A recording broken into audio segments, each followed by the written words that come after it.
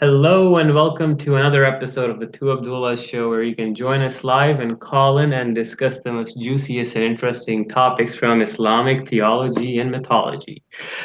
Today we have a very special topic for you, and it centers around the Islamic concept of paradise, which ironically seems to be so hedonistic that it almost resembles a heavenly brothel in the sky. Disclaimer that we will go into details about certain things that might not be the best or appropriate for viewers of all age. So again, 18 plus. With that aside, we will just give you a quick backdrop. So we will discuss today, what is the Islamic heaven? How many gates there are, how many levels there are, what do men get versus what do women get in heaven, what kind of foods, what kind of luxuries, and then some theological aspects at the end, and then try to tie it all together. Does this even make sense? So without further ado, I will have my friend Samir start the presentation, and we will get right into it. Let's go. All right. I hope you guys and gals are excited and ready for a jam-packed session of the Two Abdullahs. We have a link that I've created on my blog. If you want to support the show as well, check it out at the bottom there. It's abdullahsamir.com/blog/the Two Abdullahs call-in show. So you can support us financially to keep doing this. All right. So I think I've been watching too much Mufti Abu Layth. I'm like, all right. All right, the appeal of paradise. So this all goes back to what we humans want. What do we humans want? And of course, whoever was writing it, what did he want? It seems like number one on the list is sexual appeal. And there's also a very general visceral appeal. So there's food, there's clothing, there's gold, there's couches, there's rivers of milk and honey. The other interesting thing is how 7th century it all seems. The descriptions of paradise in the Hadith talk about tents and, basically based on the imagination, pomegranates and things that you would expect, people in the desert to want. You don't hear about watermelon, my favorite fruit. You don't hear about mangoes or bananas. Not that it has to mention these things, but it's just interesting that it's the specifics are very specific to what was around Muhammad. Then of course there's a very strong desire that we all have to be reunited with our loved ones. The fragility of life. Not white fragility, but life fragility is a big thing, right? I mean, we all want to live forever. We all want to be with our family members. We all want to meet our loved ones, and it's all understandable. So the Islamic heaven, and heaven in general, even in Christianity, it hijacks this idea, this desire to want to live forever, this desire to meet God. We're not going to talk about hell. That's the other. That will be next episode. Yeah.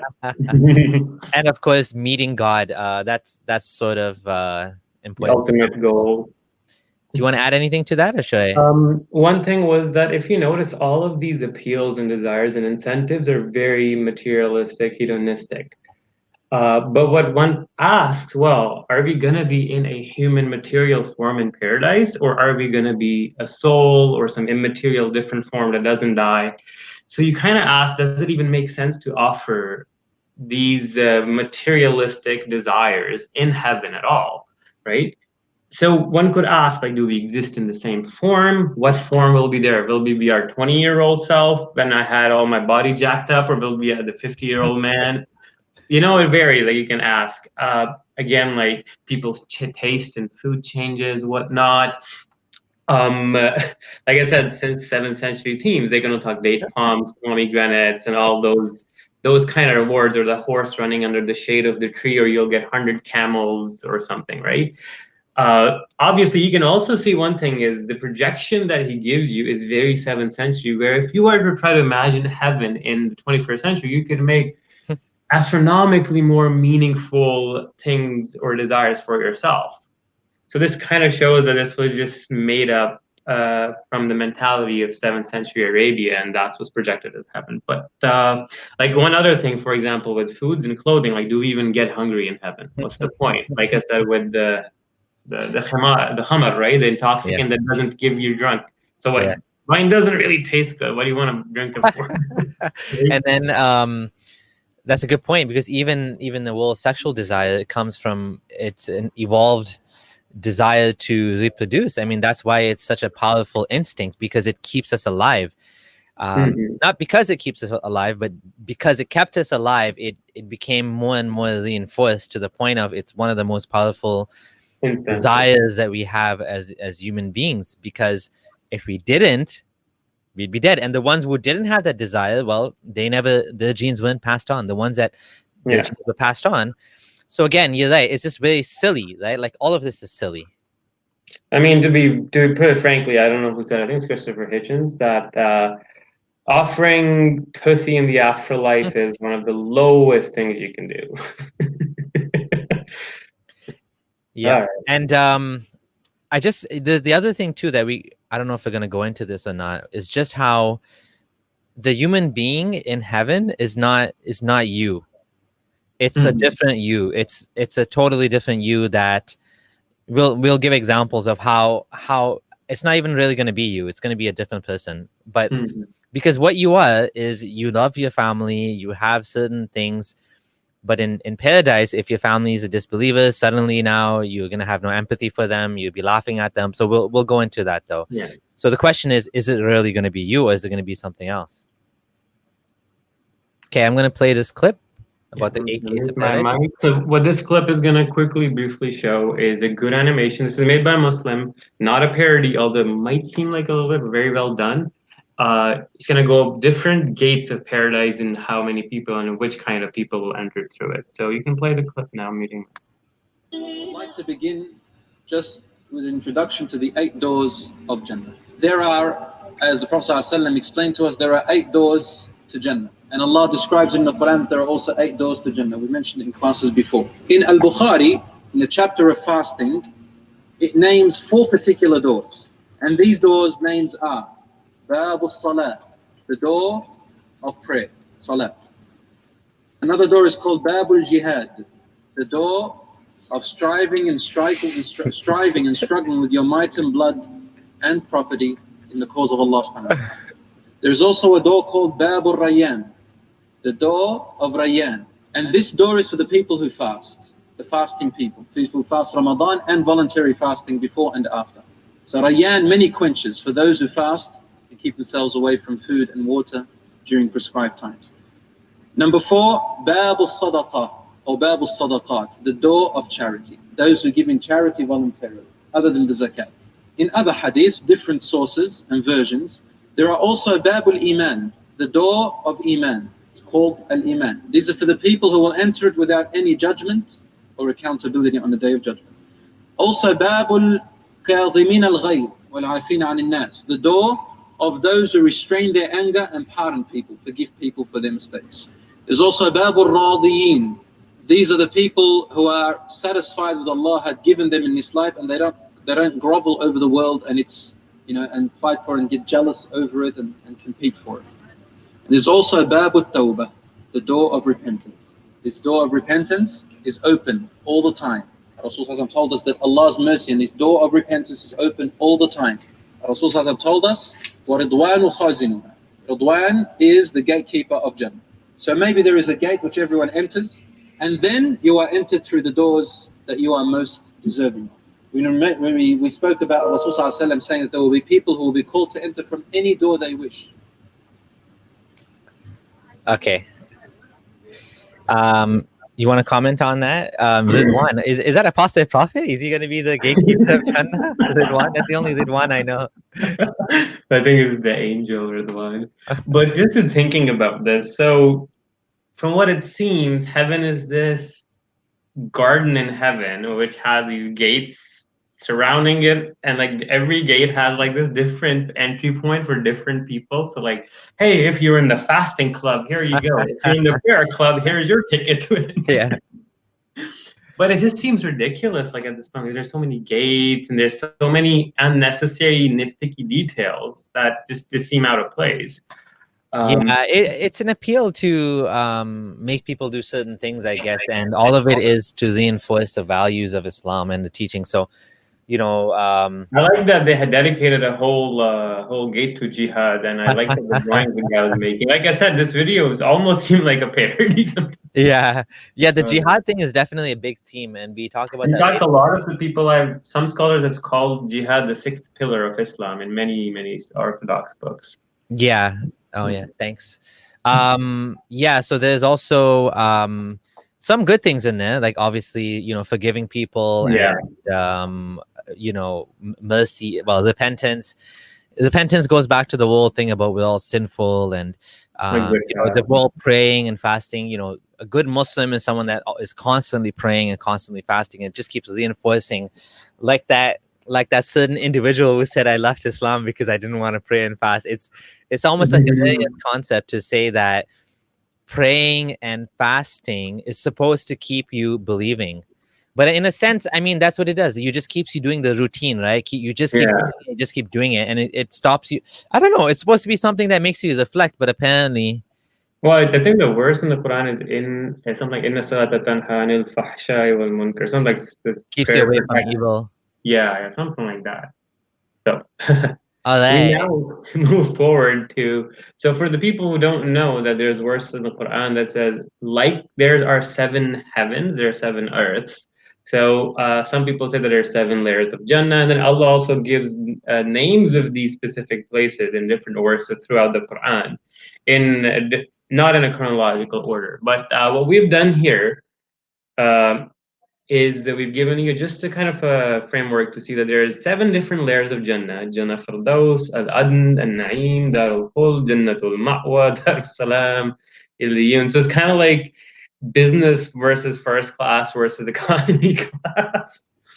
It's like the lowest heaven, you only get like 2 girls and you gotta go fetch your own food. The fruit will be hanging, but in the next class, the little young boys will bring you the fruit and the drinks. Yeah. And in the extremely good class, you'll be chilling with the prophets and everything, hanging out with them. So there's there's different classes, and same way there's different levels of hell as well, 7 layers. Now, just so we don't confuse the matter, this is not what 7 heavens means in the Quran. Yeah. The Quran, when it says 7 heavens, sabah samawat, it's talking about the sky, the 7 skies. Now, we're not going to go into that. That's a different issue. Jannah in Arabic means garden. So, Jannatul Aden, Garden of Eden, right? That's where the idea comes from. It's a garden.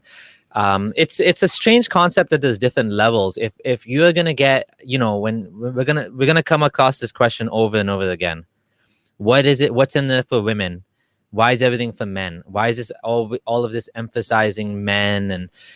And what we're gonna find out is the answer is, well, you're gonna get whatever you want. Well, if you're gonna get whatever you want, I mean, then why is there different levels? And if there's different levels, what's the point? I mean, it just doesn't make any sense. Yeah. If you're in the lowest heaven and you have everything you ever wanted and you won't have any need, then what's the difference? You know what I'm saying? It's like you're going to a club and one room has like the Halloween theme and the other room has like a Harry Potter theme or something, and the other one has a goth theme.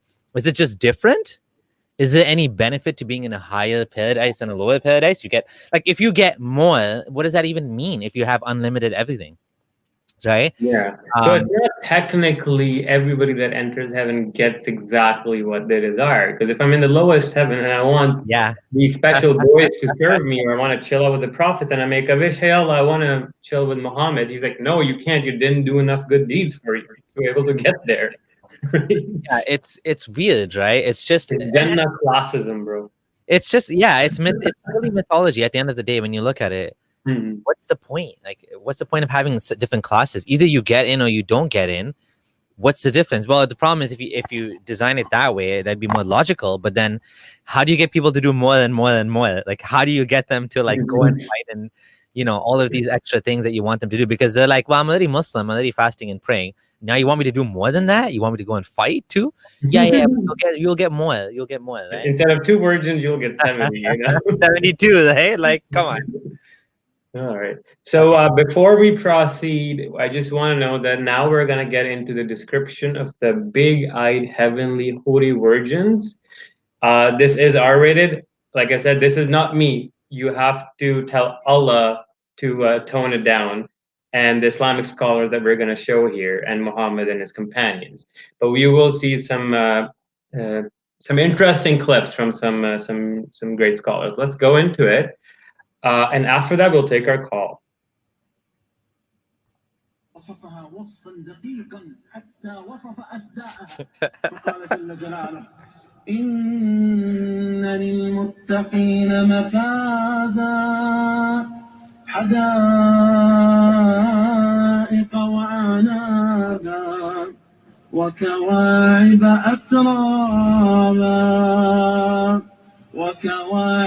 أترابا أتدري ما معنى وكواعب أترابا؟ أي أفداء الحور. الله جل جلاله يصف أفداء، نعم، حتى يعلمك ما في الجنة، وأنه لا حياء في هذه الأمور، حتى يجعلك تتنافس وتتسابق. إنها رسالة إلى من ضيع الجنة بشهوة ساعة. اسمع أفداء الحوريات كيف، وكواعب أترابا، أي نواهد الحور كالرمان ليست متدلية إلى أسفل، زيادة في الحسن والجمال. أين المحبون للنساء؟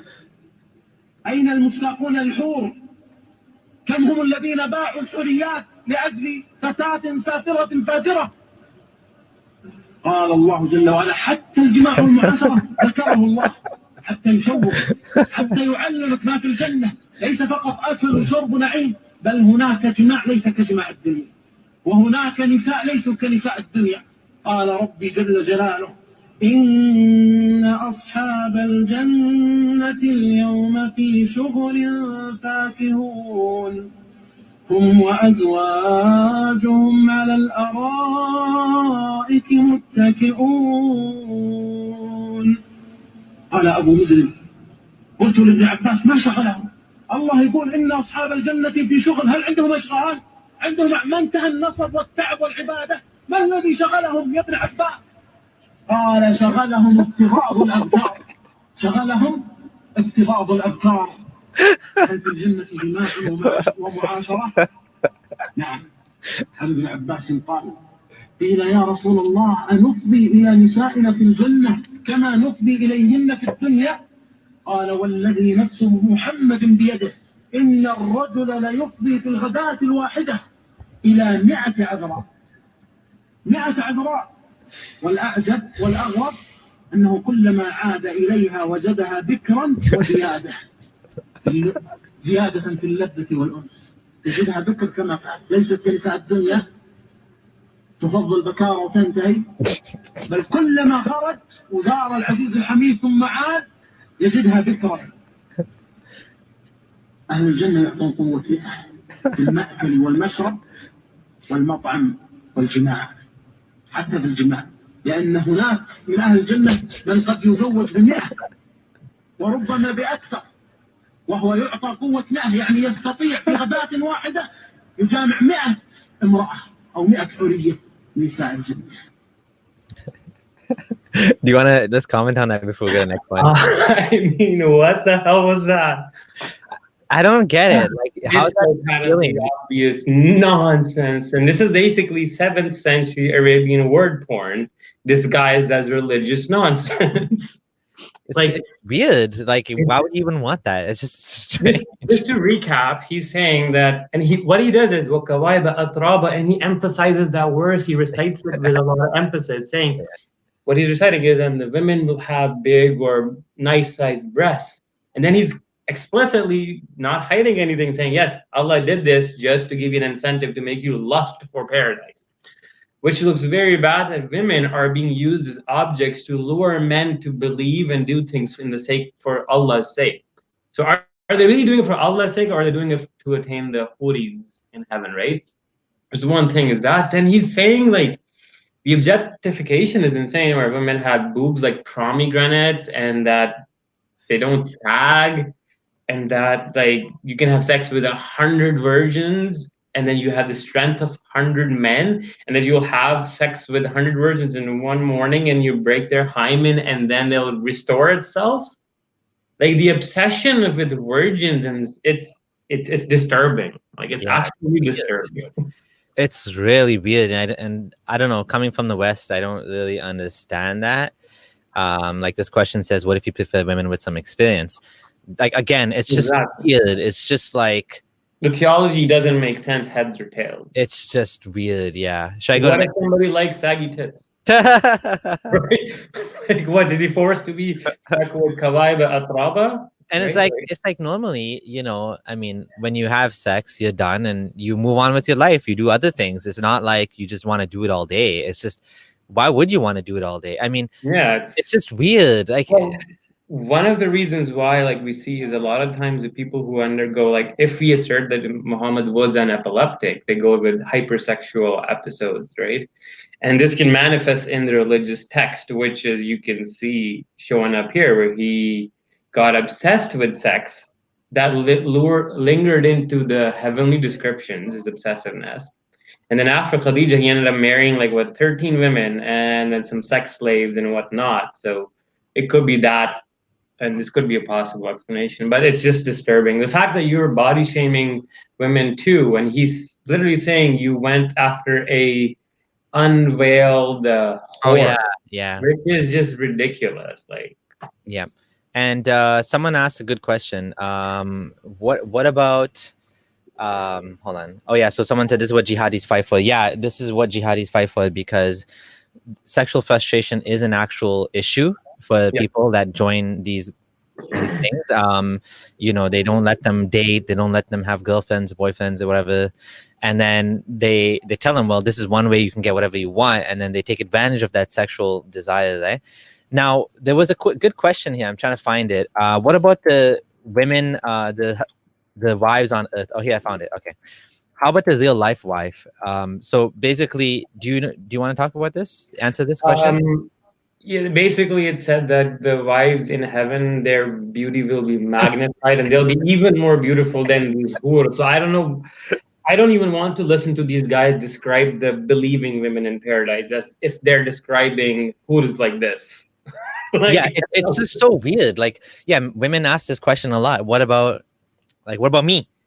Like, yeah, my husband's going to be over there schooling number 1, number 2, number 3, whatever, up to 100 70. in a day, yeah. Yeah, maybe not 100, maybe 72, maybe not 72, maybe 2. Even if it's just 2, like the Quran itself says that they'll have 2 mates. Then what about me? Like, I'm his wife. What do I get? What's up with that? And you know, I think I don't know if there's a hadith, but the scholars say Yeah, something like what you just said. Basically, the wife will be even more beautiful. So Hmm. then, what's the point? Yeah. It's just weird. Like everything about this is so weird. Like, And like you want to ask, like, what's the subjective standard of beauty? Because what is beautiful for one person is not beautiful to the other, right? Like, that's yeah. the thing. It's such arbitrary nonsense. But anyways, the video on the right will go into more detail about the bodily anatomy of the whores. I'll tell you that they don't sweat in mute because it's a minute long, so we'll quickly Okay. watch that and then we'll take a call. كأنهن الياقوت والمرجان فجعلهن للمؤمنين قاصرات الطرف لم يطمثهن إنس قبلهم ولا جان. أخي أتحبها؟ فلك زوجتان بدخولك الجنان لا حيض ولا نفاس لا بصاق ولا مخاط لا بول ولا غائط بل لو أن امرأة من أهل الجنة اطلعت على أهل الأرض لأضاءت ما بينهما ولملأته ريحا لذا تعطى في الجنة قوة كذا وكذا من الجماع. قيل يا رسول الله أو نطيق ذلك؟ قال يعطى قوة 100 رجل فهي تغار عليك وتغني لك. واسمع إلى قول الحبيب صلى الله عليه وسلم وهو يقول إن الحور العين لا تغنين في الجنة لكن ليس كغناء كوكبة الشرق أو العندليب، لا، فيا من فتنت بالأغاني الماجنة ويا من استمع للأغاني الفاجرة لا تحرم نفسك من غناء الحور العين بصوتها الرخيم All right. That was interesting. You gotta wonder. What gotta- are these houris? I'm confused. They- They have no yeah. urine, no excrement, no menstruation, no childbirth, no saliva. Well, what I'm wondering is, how do you have sex with someone who has no bodily fluids, like no saliva, like no lubrication? I mean, that's just weird. Like, it's just weird. Like, I don't know. These are like aliens or something. Yeah, like again, just one thing I need to reiterate to the audience here, that we're not getting off on this. It's just that this is so absurd. Yeah. It is so absurd. We're just trying to show you that. Anyways, let's go to the next slide. Next slide. And we will go to the Oh yeah. part- And then take some call. Do you want to take yeah, the call? I'll take a call and then we'll go to the next part. Hello, Talal. Hi again. Hello.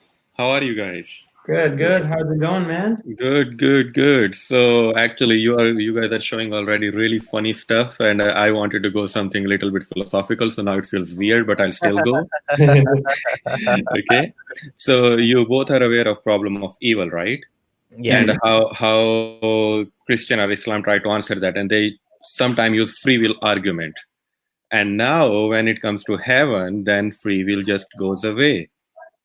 Because if you think about it, in heaven, what is happening is you can't be jealous of other people. You will not be fighting with other people. Even if you are in lower level of heaven, in Islamic heaven, and there are people 7 level above you, and you will be there in this hadith that you will be meeting in Bazar, and still you will be just so happy with each other. You will be greeting with each other. And then that just free will goes away. There is this predisposition, like Allah has put all of these emotions inside you and then has taken away. And that is really bizarre if you think about it. And then second point that I would like to mention is, you said, what is the objective definition of beauty in Islam? So how they define it is, I think it's in one of hadiths, if Hur looks down from the heaven, then all of the light of all the visible light of sun and moon, it will just fade away. Okay, that's how that beauty is defined for the Hur. And then you can imagine that for the wives. But sad news for wives, because I read it somewhere. I remember when I was 10, 11 years old, I read this book about Jannat and how Jannat will be. And about wives is they will only get their husbands. And if they're wives, they will only get their husband and there won't be anything else for them. Maybe they'll be beautified or anything. And that's really weird. Yeah. Okay, interesting question. So I'll take the first one, free will in heaven versus real world. And I agree with you. For example, one glaring contradiction is we can see that the people of heaven will be laughing at the people of hell. Therefore, that means that they can process humor and see that they've been favored. So they'll have an ego inside. That's why that will enable them to laugh at the others, which is quite worrisome, seeing that somebody's being tortured and burned, you're laughing. But on the other hand, like you said, that there will be no jealousy in heaven. So how does that work, right? So it makes, again, no sense, where there is this partial cognitive ability given to you, but then it's kind of partially taken away, or the parameters are changed in such a way that you can only laugh at the disbelievers, but not get jealous of the people in heaven, you know? So it's like I said, it doesn't make sense because, like I said, it's not thought out and it is absurd. The definition of beauty, actually, we will get into the deeper anatomy as well later on. We found the hadith on the slides as well.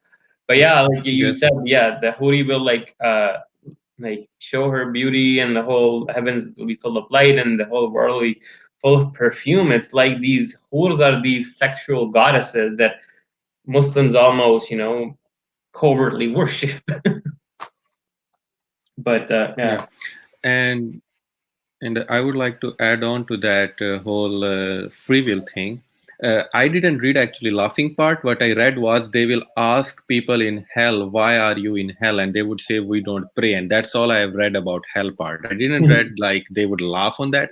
And there is this hadith, like heaven people would be talking with hell people and like, why are you in hell? And hell people would reply, oh, we didn't pray. That's why we are in hell. And that's why this actually typical Hadith is used to convince people why don't this is the only difference between a kafir and a Muslim, and that's why everyone should actually go on praying.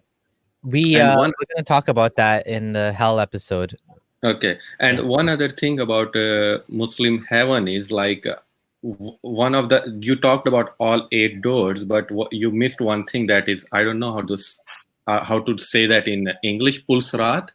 Oh yeah, Bridge al Sirat. Like, you missed that critical point, how people would be actually just cutting down on that pull, and only people who can actually cross that they can go into the heaven, otherwise you are just down in the hell. That would be actually interesting to talk about. Yeah. I'll quickly comment on the Sirat, just to say that this idea existed in Zoroastrianism way before Islam, like where you have to walk over this bridge and whatnot, and Muhammad seems to have ported it over into Islamic theology. But yeah, that we'll mention that's more about judgment. So we can do an episode on Judgment Day and the scenery or what goes on, and then we can do a separate episode on hell. So that would be an interesting deep dive into those things. Yeah. But thanks for calling in, man. Like usual, you're a regular caller. Really appreciate it, and it's always a pleasure. And just wanted some breaking news. I just got an email that's saying while we're doing this video, the thumbnail has been removed. The thumbnail on this video has been removed. Like, guys, you're not going to win this game of flagging and reporting. This is just silly. Like, all this does is make us more popular. When you try to shut down someone, like, you just make them that much more juicy, that much more interesting, that much more like, oh, I gotta see what these guys are talking about because they're trying to get rid of them. That's the funny thing. Like I told you, we were discussing. I call it the Dava boost as well. Where these people will make so many memes about you, and they'll post them all over, and every Muslim sharing them. But then when it's just free popularity. Yeah, like, and the first instance of this video was taken down even before it went live, which is hilarious. Okay, so let's take another caller. Okay, 1 second. Thank you, Tal. We'll talk to you again later. Hello, Salvador. Hi. Hello. Hey, thanks. First of all, I'd like to thank both of you. Both of you are doing a great job, and I've been listening to you for a while. So kudos to that. Thank you. Thank you. My question was on heaven. Like, if you look at the idea of heaven, and you guys were laughing at it, okay? And to us, it seems absurd. But it's a pull for so many millions of people. Billions, yeah. Not millions, but billions. But like, my first question is that why do you think it's such a pull? Even though when you look at it, it seems so absurd, the idea that you would have like these orgies happening all the time. So why is the number one such a big pull? Is it something to do with our? Is it with the idea of hell, and then we look at heaven as what we Muslims think as like the Muslims think as like heaven as something that's like kind of a paradise because we're afraid of the hell so much, or is it because we're just predisposed to like it so much? Because other humans find it just laughable. And what did you guys, when you were Muslims, what was your idea of heaven? How did you perceive it? Because both of you are very, very religious versus more than like most people that listen to you. Many of them are not, like I was not as religious even during when I was Muslim, you know? So what was your own personal experience of heaven? So I don't know if you missed the beginning, but we did kind of a little bit go over this, the idea of heaven, paradise. And thanks for your question and for your comments, by the way. But I think this slide summarizes it. We could probably come up with a few more things as well. And Abdul Gondal, you want to add anything to this? Yeah, so the allure of heaven seems to stem from our desire to live on and fulfill our most wildest fantasies.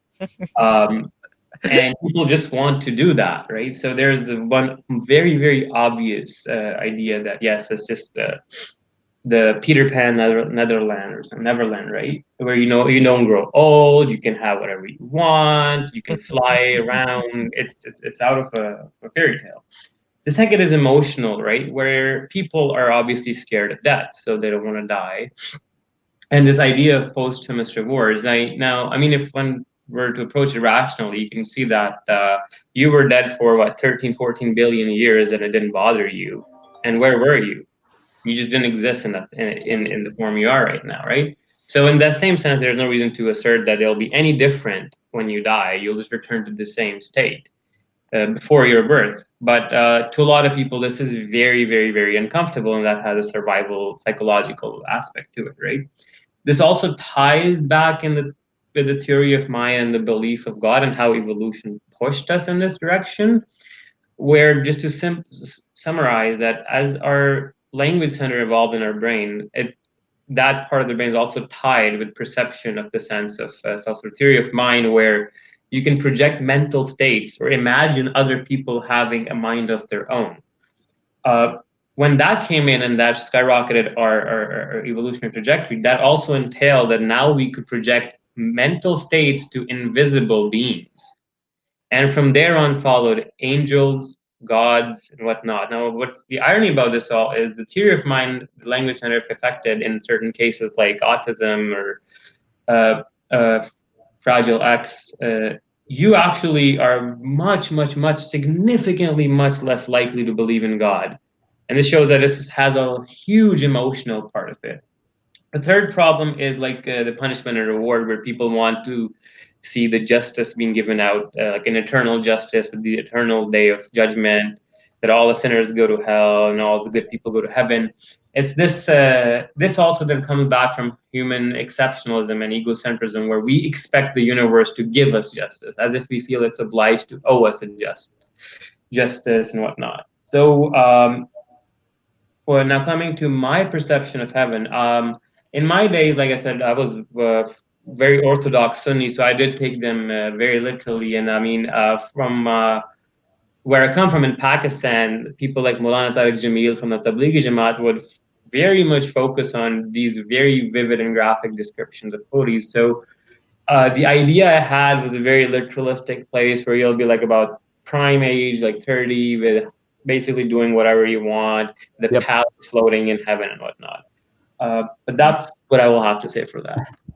I have one question. Like, why is the Muslim heaven so, like, it's in a way it's sexualized, and it's the other heavens in other religions, are they to the similar level? I'm not sure in Christianity if it's like that, or in Judaism it just does not exist.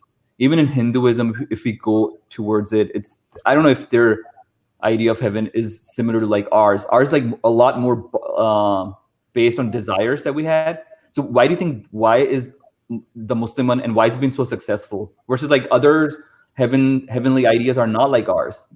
Well, why is the Muslim heaven appear so sexual? Good question. Sexual, and also like so like you have food and just to basic human instincts. Why has why the other heavens have not? And do you think that's the reason that Islam has been successful? Yeah, so it gives you a relatable materialistic framework of reward, which is obviously going to help people understand, right? If somebody were to say you will be given unlimited pleasures that are better than the feeling of sexual intercourse, well, people wouldn't really buy into that. But if you tell them you'll have sex with 100 women, they're like, I can relate to that, right? So that's one thing. Then secondly, why is it so sexualized? I did mention this a little while ago, where I believe Muhammad suffered from temporal epilepsy. And one of the symptoms of that is weird sexual behaviors, and these come and go in phases of life, right? So you can be hypo and hyper, which explains like after Khadija died, he married like 13 women and a child and whatnot. But it also can explain why Muhammad's conception of heaven was so centered around sexuality. And what you also notice is the foods and stuff, like again, like relatable materialistic things. And these things, the foods he offers them, are things that are not available easily in deserts. For example, rivers of wine and gardens, they don't grow in deserts like this, right? So offering people something that might be very appealing to them. If Muhammad was, for example, living in Europe or living in the Roman Empire, and he was to coin heaven, it would be completely different than what we see. So there's a lot of contextual and social aspect to it. There's one more thing, that there are only 4 fruits in Quran. I think that's all. There's not more. And just like if anyone wants to go to it, there's the other fruits, they're never like mentioned in Quran. So it can just tell everyone that how Arab centric Quran is. Exactly. In fact, like a lot of the things, this was way back in the day, just to digress. When I was very Salafi, and I was watching these debates between Deobandis and Wahhabis, and they mentioned something along the lines of this as well. But you know what? Let's not digress into that. I'll go into a completely different tangent, Wahhabi, Sunni, Barelvi, and Yeah. This is an interesting comment by Kabir that the Muslim heaven is similar to the Persian one. It may be that Salman al-Farsi had some role in bringing these ideas into Islam, which is a good point.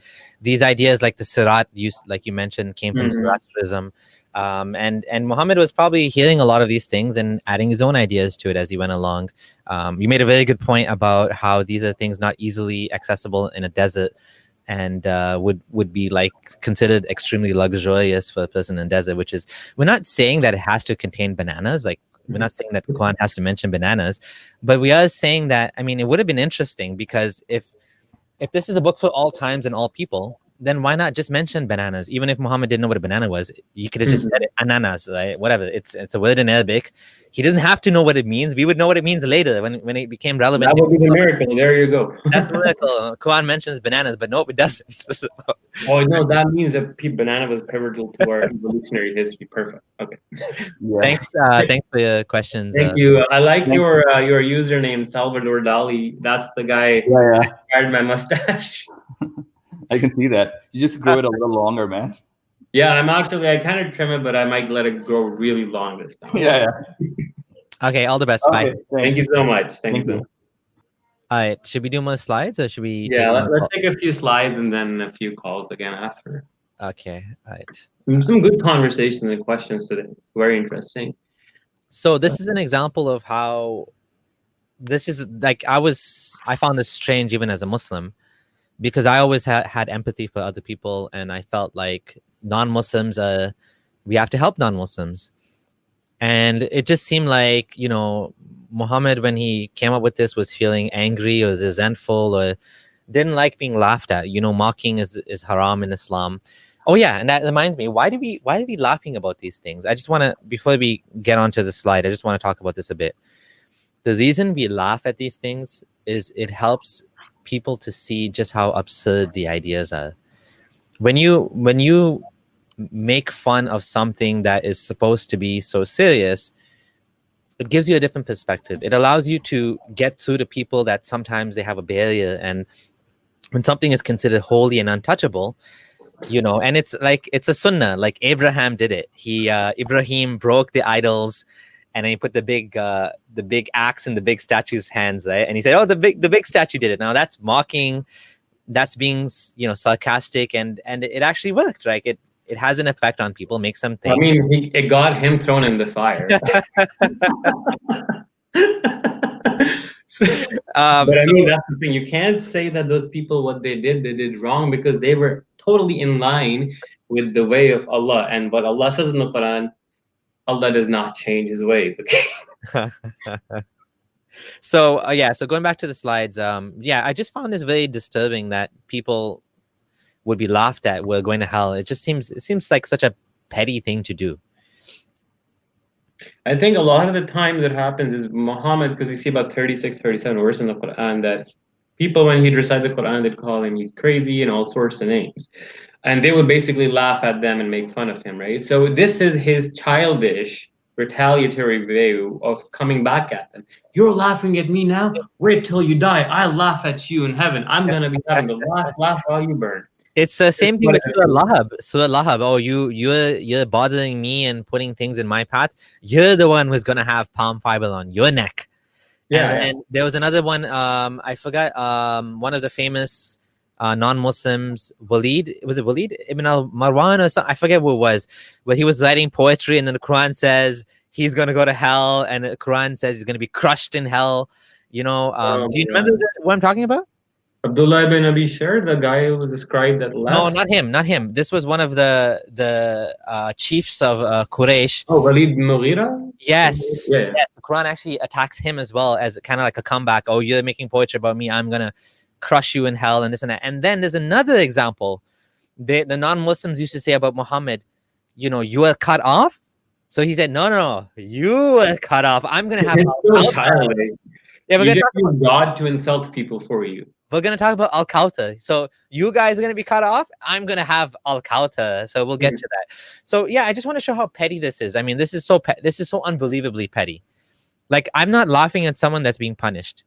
If someone did something bad, like if they deserve a punishment, you're not. Why would you laugh at them? It's just messed up. It's just like, Yeah.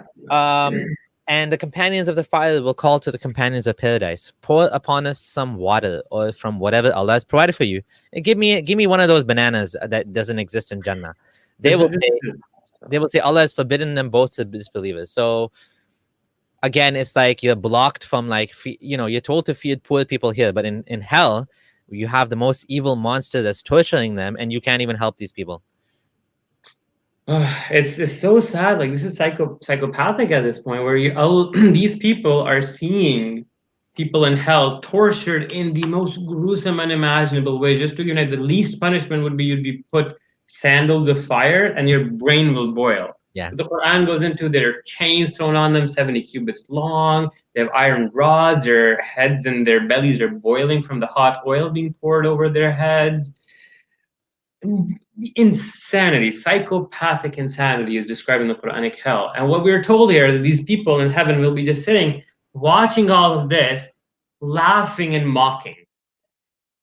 That is very, very disturbing. Yeah. All right, we'll take 2 more slides and then we'll take questions. Okay. So, like this one caller mentioned earlier, I think it's Talal. He said that there it will be this market in heaven, and I was surprised. Yeah, there is a Sunday Bazar in heaven, or Juma Bazar, whatever you want to call it, whatever part of the world you come from. So let's read this. The Messenger of Allah said, in paradise, there is a market to which the people will come every Friday. So Juma Bazar, okay, not Sunday Bazar. The northern wind will blow. So there's a north and there's directions in heaven, okay, and shower fragrance on their faces and clothes consequently. So at the doors of this market, there's these automatic perfume dispensing machines just chilling there.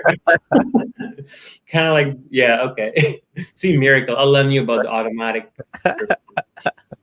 It'll enhance their beauty and loveliness. But why? I thought everybody's already like insanely happy. We're all just like stoned out of their minds and blissful. Why do we need to get like more beautiful? What beautiful? Like, what does that mean? Why is beauty so important? Why is something such visual, superficial so important to Allah and the believers, right? It just shows how naive and lame the whole idea is. Anyway. And honestly, like, if you showed me, like, a perfect, what someone would consider the perfect 10, whether male or female, that's it. Like, you can't get more beautiful than that. Like, you can see the most beautiful sort of, skin complexion, beautiful hair, beautiful skin color tone, whatever that is to you, your specific, what appeals to you. And then that's it. Like, there's no more beautiful than that. That's just it. Like, that's it. Like, how can you get more beautiful than the most beautiful? Like, it doesn't make any sense. Exactly. Like, where's the level benchmark? Who's the reference point for beauty? Is it Yusuf, the guy with the most beautiful women cutting his hands off? But even then, like, can you go above that? Like, what would make someone that you would consider a perfect 10 even more beautiful? Like, nothing. They're already a perfect 10. They have a beautiful body shape. The right, even the fact that certain things you find attractive, like they talk about pomegranate breasts or whatever, that is all evolutionary.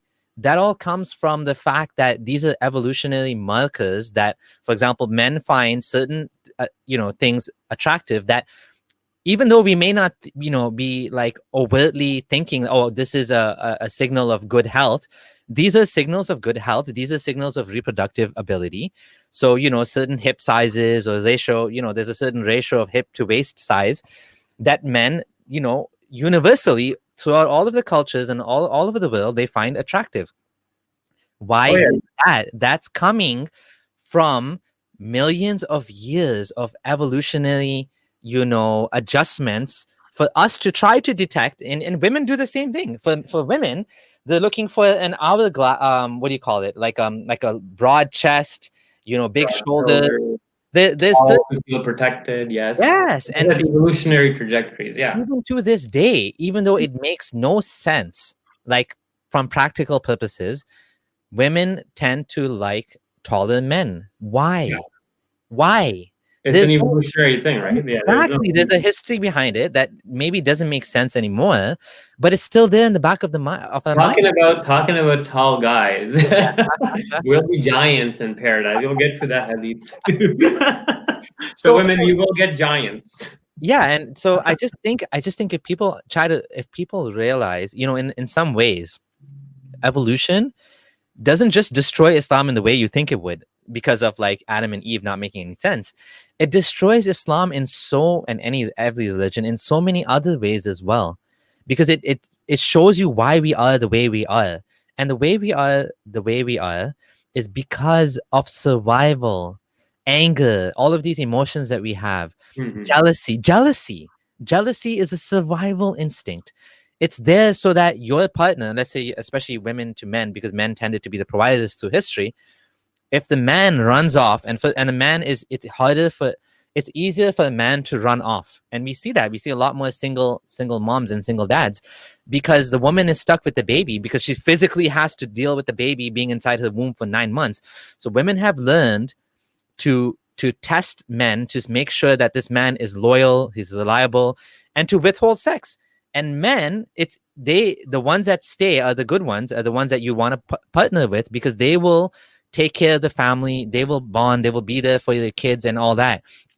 But for the man can actually easily run away. So we find jealousy has evolved, because jealousy is there to make sure that your man, and it could be with women too, does not run off, does not go and spend his resources on another woman.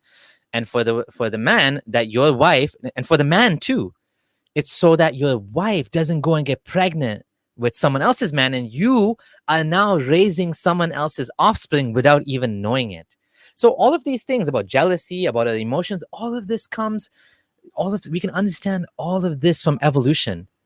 Evolution will teach us and teaches us why we are the way we are. And now when you say in heaven, all of these things, there'll be beauty, it doesn't make any sense. None of this makes any sense. What makes more sense to me is if heaven was some sort of like spiritual experience, where you're just like, hanging out and, kind of like, being one with God, or whatever, the idea of nirvana. To me, that makes a lot more sense than going shopping at the mall. and this. I mean, yeah. See, Allah predicted shopping mall. Maybe that's why. Okay, so I'll finish this hadith. Yep. So the fragrance and clothing consequently will enhance their beauty and loveliness. They will then return to their wives, who will also have increased in their beauty and loveliness. And the families will say to them, "We swear by Allah that you have increased in beauty and loveliness since leaving us." And thereon they will reply, "We swear by Allah that you have been increased in beauty and loveliness." Honestly, you know what I would call this? This is brain damage. Like, you look more beautiful. No, you look more beautiful. Yeah. Like, what? Or maybe it was like something in the market, the perfume they sprayed, it was some like drug or something that makes you things perceive more beautiful when you look at them after. This is such ridiculous low-level moronic nonsense that I sometimes I don't know how people buy this, man. Like, you know how. It's I've been there, done that. All right. Hey, we have a caller. Confirm Jahannami. Welcome again. Hello. Hello. Confirm Jahannami. Can't hear you. Sounds like your microphone's not working. Oh, there we go. Yes, now we can hear you. Oh, okay. How are you guys? Good. How are you doing, man? I'm good. How's the heat? The heat. You want me to pour some water on you? You can laugh at me from Jannah. The entire heaven idea really turned me off of Islam. First, because I didn't like the idea that. First, I didn't like the idea that I can't be done with it. Like, it's gonna go on forever. Like, it's a party that you can't leave. Like Christopher said, right? It's a party that you can't leave, and that's weird. Like Islam, man, you join, you can't leave. Yeah. It's insane. The thing that really started the thought process for me was, well, I never asked to be here. Like, I never asked to be made. I never asked for this test to begin with. So it doesn't seem fair to me that I have to go through this test. Let me just die and be done with it. And every time I ask this question from preachers and my local imam, they would get pissed at me because they didn't have an answer for it. That I don't want to go to heaven. I want to be done with it. And there have been so many times that I've had the opportunity of getting laid, but I was like, nah, I'm gonna go to hell. I'm not gonna do this. I'm gonna avoid this. And now I look back and I'm like, damn it, I should have taken my shot. Yeah, this is a good point. I mean, it creates an unhealthy relationship with the opposite sex and reduces mating opportunities, frankly speaking, right? And I just want to say that, I hope that you sound like an ex-Muslim, so I hope your life is going to get better now that you don't have to believe in all this. I'm pretty sure scholars would just say, oh, but in heaven you won't want to end the party. So again, it goes back to the same idea of it's not going to be you anymore, because whatever you want, like if you're gay, you can't be gay in paradise, so you won't be gay anymore. Well, here's the thing, though. There is a disagreement over the homosexuality, because you will get to the boys in paradise. Well, I'm biased, so that's awesome. Okay. Yeah. Yeah, it's a lot. But thank you for your call. It was nice talking to you. Do you have anything else you want to add? Or is that's you it? want to add anything? No, I wrote something down. Now I've lost it. Okay, that's fine. Call back if you need Comment to. quickly that it is quite interesting that you lost your faith due to reviewing the Islamic conception of heaven. But most of the people, they go the opposite way. They become more religious because they really, really want those huris, right? But I have realized that it depends on what age bracket you are. If you're a very young adolescent, teenager, you're very, very likely to be impressioned by this stuff. Then let's say you're married and you're 25 and you've had your sex and lost your virginity. You know this is overhyped, this virgin modesty culture. Yeah. So, I mean, honestly, that doesn't, to me, it's the whole incentive of having so much sex doesn't make any sense whatsoever. And one thing you said that eternity, right? Like nobody wants to live forever. Like what's the think about this. Also, what I find weird is you'll be living forever and ever and ever based off of something that is so minuscule in the sense of life of this world, like the blink of an eye. After living for eternity, won't you be like, man, can I wish to go back to a simulated Earth to can you make that wish?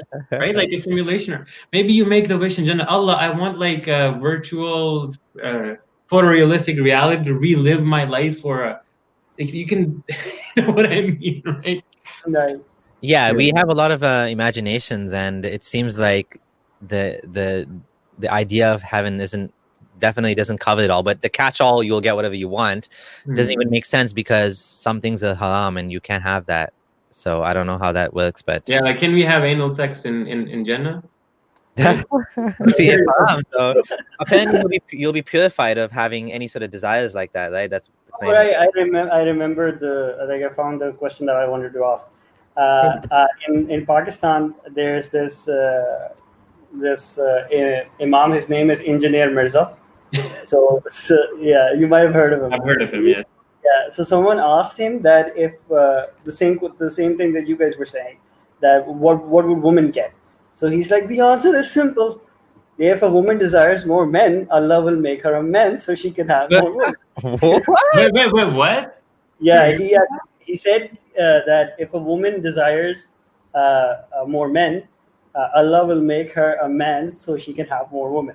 She can have women. That is freaking weird. I know that. Yeah.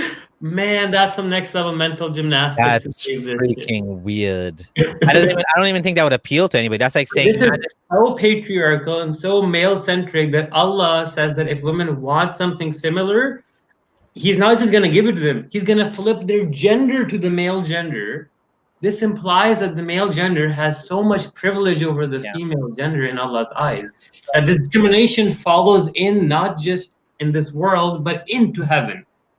Yeah, and now again, I've never heard this before, and neither has Abdul Gondal. So maybe this was his own sort of weird way of dealing with it. Like, I don't know, like I've never heard scholars say that. But yeah, that's interesting. Thanks for sharing that. Thank you so much. Thank you for having me. I'm enjoying today's stream a lot. We're getting so many interesting point of views and things that we've never heard of. Yeah. Hello, Magnets Travel. Hi, how are you? Good. How are you? Good. How are you doing yourself? Yeah, I'm fine. I'm from Virginia, just your neighbor. Oh. Yeah. So, are you in Saskatchewan or where? Sorry, what? Where We're you in live? Canada. We're in Canada. Oh no, I know. You. Yeah, no, we don't talk about where we live on. In Yeah, public, no. so Okay. Can't disclose that's not our an appropriate question. Sorry.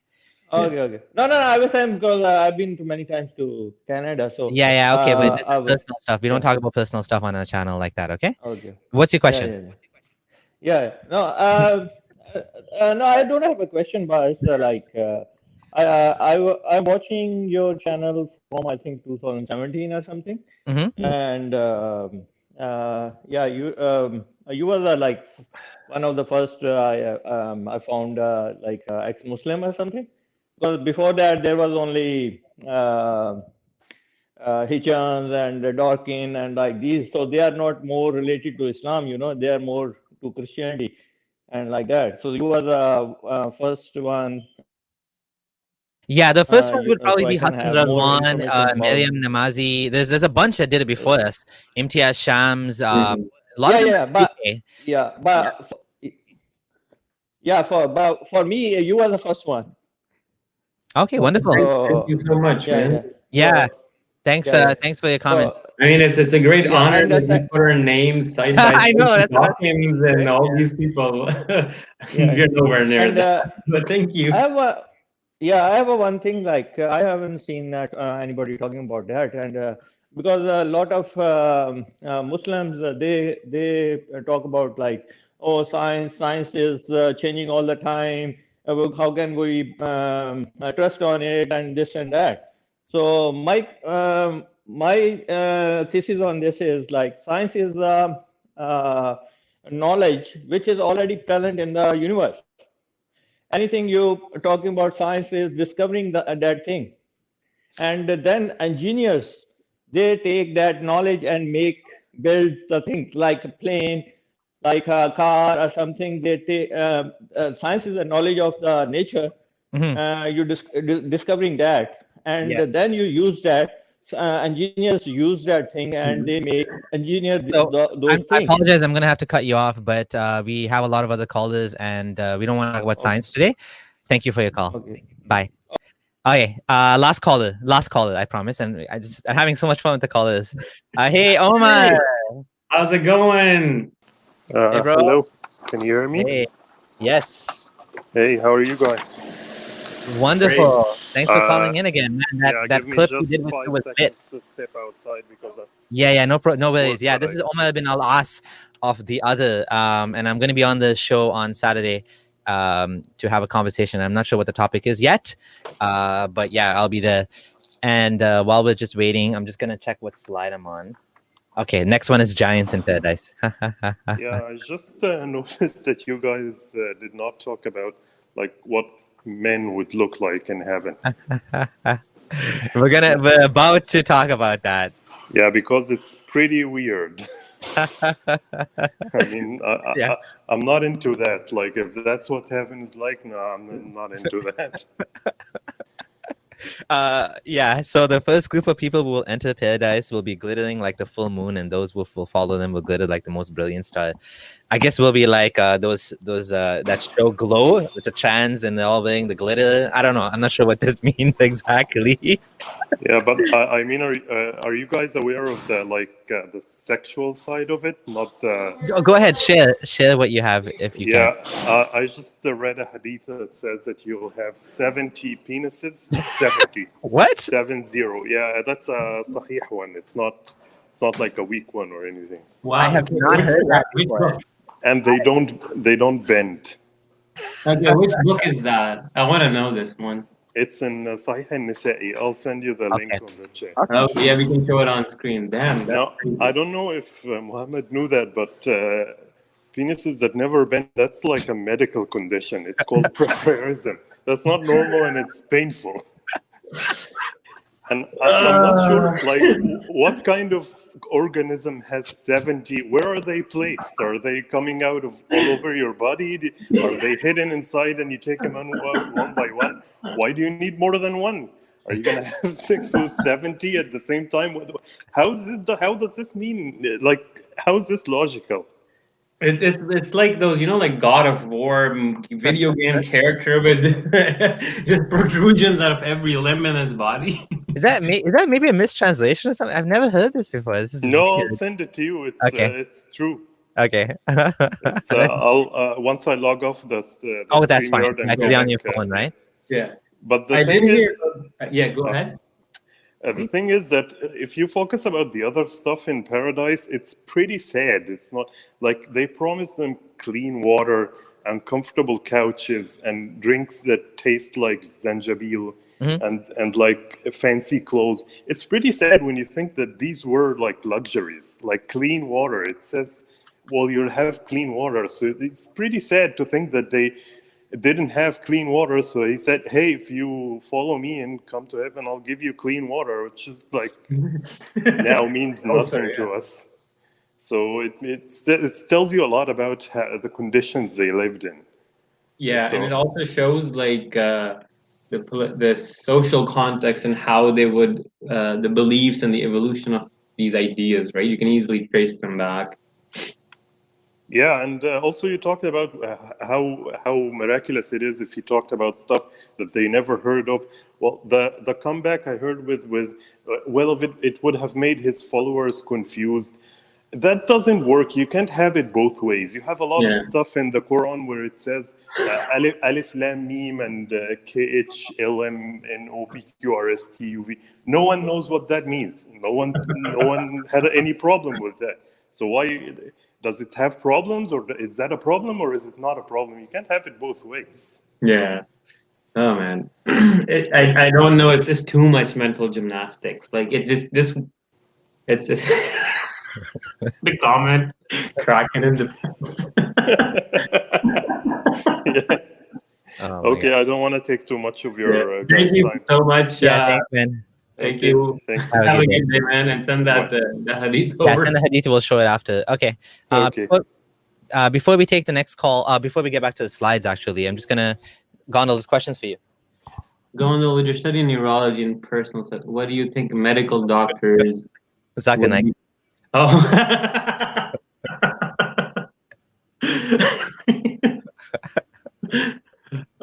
Brother asked a very good question. Whereas we need to do a special episode or have him call in and do his Zakir Naik accent. So next slide is giants in paradise. Yeah, this is a weird, I don't know what to call this fetish of Muhammad. Everyone becomes a giant, and even in hell you become a giant too. We're going to talk about that. There is a neurological basis to it, where a lot of people who have epilepsy can have hallucination. Like you see the man covering the horizon, Angel Gabriel. It's a thing. Just to simplify, images are stretched in their perception sometimes, and then there's also a syndrome called Alice in the Wonderland, where people perceive themselves with necks like 20 feet long. They're not actually that long. But this kind of body dysphoria or this weird perception could have played into it. But then again, there's a mythology of giants that existed prior to it. Like I said, it's just a bunch of things, and this is where I'm speculating, but just one thing. Yeah, again, it's just weird. Let's just say that. There'll be there'll be combs of gold. Their combs will be of gold. What? It's an obsession with luxury. What? It's a luxury obsession. Will smell like musk. The aloes wood will be used in their centers. I don't know what that means. Their wives will be huris, okay? And they'll look like Adam, 60 cubits tall. Does it seem like meeting God is almost an afterthought in the Islamic heaven? Yes, it's mostly about focusing on the other, like the rivers of heaven, rivers of wine and milk and honey, and obviously the number one thought is. We're gonna get to that. Yeah. Yeah, Muhammad loved his musk, eh? Just everything about musk there. It's okay. So I just want to know what color hair they will have. If they have combs of gold, will they have black hair, brunettes? all right. And even this whole thing about Adam being 60 cubits tall, I mean, that's weird. Adam, like 60 cubits? Oh, it's impossible scientifically, that because if you make the size of something go up, the inside and the heat is not actually double, but it gets to like a square root of the function. What about dinosaurs, though? What about dinosaurs? Yeah, so there's a huge, like there's a video by Kersey Gast where he'll explain how bigger animals do that. And also there's a thing where earlier in the Earth's atmosphere, there was a lot more oxygen. So if the organisms were too tiny, they'd die of oxygen poisoning. So therefore, they had to enlarge their size to be efficiently using the oxygen. So therefore, the growth in size. The oxygen dropped, and then also that played into the reduction in size. But there's a huge problem with the heat. If you increase the size of a mouse to the size of a human, it explodes. It will spontaneously combust. So this is the channel if he's talking about. This is an amazing channel. Amazing channel. I love his videos. He has a big video of like resizing or something, but he'll explain that in detail. Absolutely amazing channel, I have to say. Yeah. Okay. Oh yeah, this is an interesting one. Narrated the messenger of Hugo Boss Ben Musk. I said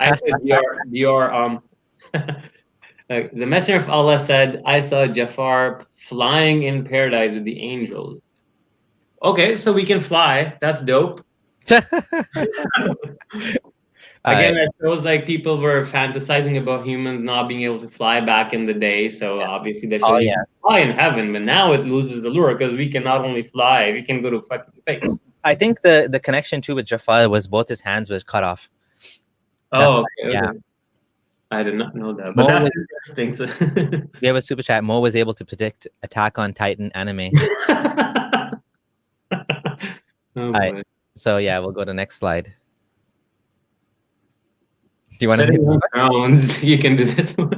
So, and we will remove whatever's in the breast of the resentment. So they will be brothers on thrones facing each other. So we're gonna be on thrones facing each other. Yeah, boy, you like my throne? You got a throne too? Yeah. And we're just like sitting there facing each other, and we're not gonna be tired. We're just gonna be like sitting there all day. Yeah, boy. Yeah, that's what my kids say. Yeah, boy. It's such a boring concept. Like, I mean, I'm just thinking about it. How creative Muhammad could have been, possibly, and how the lack of creativity we see here. It just if that 70 penises thing is true, that's very creative. I mean, that's like next level creative. Like I've never seen that, but yeah, that's creative. I've heard about it, but I don't know. But then again, there's a lot of the things there's a lot of hadith lost in these obscure books like Musannaf ibn Abdul Razzaq, ibn Abi Shayba, Musnad Ahmad, all these big books, right? So they're just being translated. Musnad Ahmad actually 30,000 people. It's just started to be translated on Sunnah.com. That's so true. A lot of these things, like I said, Omar, he's an Arab, so he can find the sources and read them. We can't because we're relying on translations. So who knows what else crazy stuff about this kind of descriptions lies for it to be shown to the world. All right. That shows Muhammad Islam. Garments of green silk, bracelets, and couches. Well, where's the jeans, man? The leather jeans, the onesies, you know? So yeah, again, this is probably what Muhammad wanted. So I don't think we have Muhammad much. and the Arabs fantasize about this clothing. And I guess this also makes sense because the people in the empires around them, like especially the Persians, they would have that. And if you notice in the presentation neuroscience, one of the narrations mentioned that when Gabriel came to Muhammad in the cave of Hira, he brought a silk cushion with these brocade linings for him to sit on. So that the link to these kind of thoughts is found in Muhammad way before he even claimed prophethood. And it also has a socio-political aspect, like I said, Persians and whatnot. And obviously Salman Farsi could have given him, then he also would receive gifts from people around him. So that would put ideas in his head to get a little imaginative. Oh, good point. A very good point. What's the point of having two thrones? Isn't the idea you should have one king on one throne? Yeah, that kind of defeats the point. If everybody has a throne, you no longer anything special about it, right? Yeah. Couches and thrones. We talked about thrones. We talked about couches. Rivers flowing. Okay. Okay. We also, milk is haram for men in dunya, in this world. Yes. They can do it in heaven. Yes. Same with gold. And saffron dyed clothes. And one more comment I want to read. Throne is a symbol of power over someone. What's the point of that in heaven? Exactly. Again, exactly. But you have these boys serving you. So do you want? I think we might disagree a little bit on this, but go ahead. Yeah. Yeah. So I mean, I'm not saying anything. The verses don't imply anything sinister per se, but it's just weird that Allah says, "Immortal, handsome boys will be circulating among them eternally." And then they will be giving them drinks and stuff. So in Surah 76, verse 19, they will circulate among them young boys made eternal. When you see them, you would think them as beautiful as scattered pearls. So Allah does emphasize on their beauty. In fact, in 2 verses, in 50 to 24 as well, like boys as servants, as if they were pearls well protected. Kind of like Allah is protecting the hurs in the tents from the jinns and the humans. So it's very interesting why there's these young, beautiful boys giving out. I guess people like beautiful people serving them. I have an explanation for that. I see it as a sort of thing that he would have seen kings having. You know, if you have a porter, you don't want some like, I don't want to sound mean, some like fat, disheveled porter, like someone that's serving you. You want, like, if you're going to let's say you're going to a good car sales dealership. You go to a dealership and the well-dressed, attractive, salespeople that is serving you.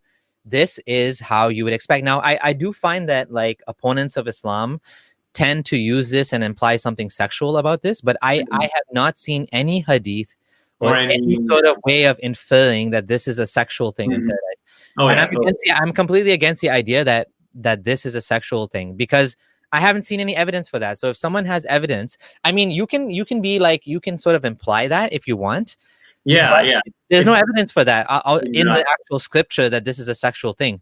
Like, if anything, homosexuality is considered like a sin and it's considered like a bad thing. One could ask that if you want to protect and be celibate in your life, and when you get to Jannah, can you ask Allah as the wish, or that Allah will take the homosexual tendencies out of your brain and you only like desire straight people? That's the thing. You're not going to be you. Whatever you are now in paradise, you'll be a zombie version of yourself that doesn't love your family members anymore if they're in hell. You don't care about anything except apparently having eternal elections 24/7. And I don't know, man. It's weird. I think it's so stupid. Take a couple more slides and we'll take some calls, because it's a couple. And the next slide, I think I added details about who these heavenly young boys are. So I just want to quickly skim through some of them, just so people know, because they have some similarities with hurs in terms of their creation, which is quite interesting. So it says from Ali ibn Talib and Hassan al-Basri that these are the children of the Muslims who died in infancy and have no good or bad deeds on their records. So they will automatically be entered into heaven, but they'll just be eternally serving the people who actually did the good deeds. So in essence, Allah created these kids just to be servants in heaven, knowing that they will die at a young age. It's quite weird with the whole, just doesn't sound right with free will. Salman said that the children of the mushrikeens are the servant of the people of paradise. Now this is even weirder, because now it seems that taking the boys as servants is a punishment upon the boys, or at least it seems like an emotional punishment on the people like in hell. For example, if I'm in hell and I see my boy being used as a servant to serve the people I was against, it kind of looks, and then the whole idea of showing people of heaven and hell, them looking at each other, it could be that, just a pun or like a provocative thing by Allah, another form of emotional trauma for the people in hell.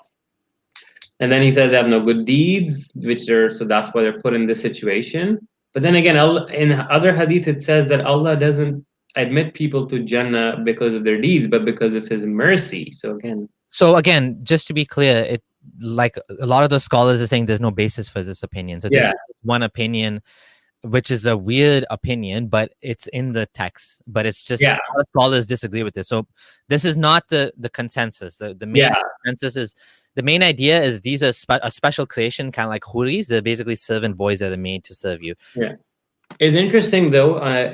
Here it says by Ibn Taymiyyah, he was asked about this, and he says the people of the boys will go around among the people of paradise who are created for paradise. So they were created for paradise. They're not from before. They're not the children people of this world. So they're kind of like huris. Rather, if the people, the children of this world, enter paradise, they will be given a perfect form like the other people of paradise, in the form of Adam. Okay. But then Ibn Qayyim says, it is most likely that these boys will be created from paradise, like Al-Hur al-Ain, as servants for them. They're not their children. By Allah's grace, He will cause their children to be served alongside them, not to become servants to them. Like I was mentioning earlier, it doesn't make sense, right? Yeah. But yeah, like I said, it's just to show that the origins of these boys is very conflicting and vague. I want to say that, again, this is a common attack made by certain types of people. And the type of people like Christian Prince. And I just want to make it clear that when you do this, you are creating a straw man of Islam. When you are saying that this is a sexual thing, no Muslim is ever taught this, okay? No Muslim, no scholar. Like, look at like Abdullah Gondal added this slide from Islam Kuwait. Just to clarify, where does it say on Islam Kuwait this is sexual? Where did any Muslim scholar, like, if you're gonna make up Islam and then think you're so cool that you defeated it, you haven't defeated anything. You defeated a straw man, and the Muslims are laughing at you because you've just changed the religion into something you wanted. You made a straw. I mean, that's why it's called a straw man. Like, let's represent Islam for what it is, and then attack that if you want to attack it. Like I said, I have never heard this being misconstrued as homosexuality ever. The only time I have heard it, like you said, is Christian apologetic sites that are like, I'm not going to name any site, but just. Actually, it's in the comments that I was asking, where's this? Apparently it says the boys don't bleed, and I said, okay, well, where's the hadith? And Black Angel said CP showed it, and the DCCI ministries team confronted hijab with it on Speaker's Corner. So I'm, like any other religion, there's very obscure, weird things you can find, and it doesn't mean that's what is actually. That's not. We're already showing enough sexual things from elsewhere. We're not. There's no ulterior motive for us to hide this specific word. We're just actually being like, no, this one is wrong. There's enough you can choose from elsewhere. Exactly. There's enough content that's mainstream, that's agreed upon.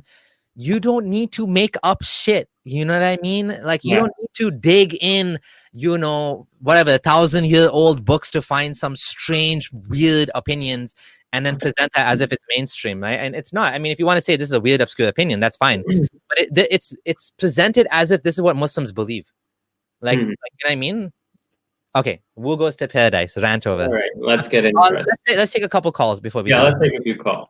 I'm gonna try to do this in order. I'm trying to remember who called first because StreamYard doesn't necessarily keep the order. Hello, Divin Vajis. Oh, hi guys. Can you hear me? Yes. Yeah. Oh, yes. Good job, guys. I was just wondering, what age do the Islamic people teach this in school for the kids? If you're an Arab and you speak Arabic as you're growing up, you will be exposed to this at the age of 3, 4, as soon as you start learning or are able to recite the Quran. Whereas these verses are recited daily, and like the verse about about the women having perky or brown, well-proportioned breasts. I mean, if you are making a 5-year-old memorize the Quran, yes, he's going to memorize that verse, and he's going to memorize the verse about the big eyes and the tents and everything. So, I mean, it's not something that people shy away from, in fact. But let's just say that parents wouldn't go out of their way to take their 10-year-old child to the mosque for a special khutbah on huris. They wouldn't do that, okay? But you will see that they will be exposed to this in a form, in one way or another. For example, if I'm sitting watching Maulana Tariq Jamil in Pakistan, and I'm watching an hour-long lecture, and 20 minutes this guy spends describing the hurs, and my kid's sitting there. Yeah, okay, if it plays, he'll get exposed to it in that way. I've seen this happen a lot. It's morally indirect, but people don't go out of their way to take their 5-10-year-old, like, hey, you're gonna get huris and stuff now. They start telling them about, especially when they hit adolescence, is when it happens. I have also seen halaqas that are private, brothers only, sisters only, to discuss these things. And there's special ones for that specific age group as well. Okay, okay, I understand. Like a filtered version or censored version. I understand what you mean. And the reason why I asked this is because when I read the comments of people, when all this, what do you call, all this notion against Islam, they comment that, okay, see you in heaven. I mean, see you in heaven, or you'll be questioned in hell. So even when people get really old, they still have this. I was saying that people have this strong foundation that there is a hell, there is a heaven. So I was thinking that this was taught like from a very young age, so it's so fixed into them. Even people with like quite older people still say that. So even it doesn't make any sense. I mean, I don't know why they still hold on to that. Oh yeah, no. It's like I said, humans will hold on to their traditions, and they're reluctant to change most of the time. Like that's just our nature. And especially like a lot of this plays into indoctrination, right? Like if you can indoctrinate people into the idea, especially that the Quran is the word of God, then anything that follows from the Quran or Hadith will be accepted by most. So there's a lot of indoctrination that plays into it. It doesn't make sense, like you said, a lot of the time. What's interesting is most of these ideas have existed already, lectures about these huris and stuff. They'll be more frequent in countries like Pakistan or Middle East, Saudi and whatnot, because the society is created like that. Okay, cool. Whereas you don't see the same frequency of these subjects being discussed in the West, because sexual or like men aren't frustrated for sex as much. So there's one thing that happens too, but then again, you can also counter that by saying, well, Muslim men are allowed like 4 wives and whatnot, and not the same, right? Yeah, so.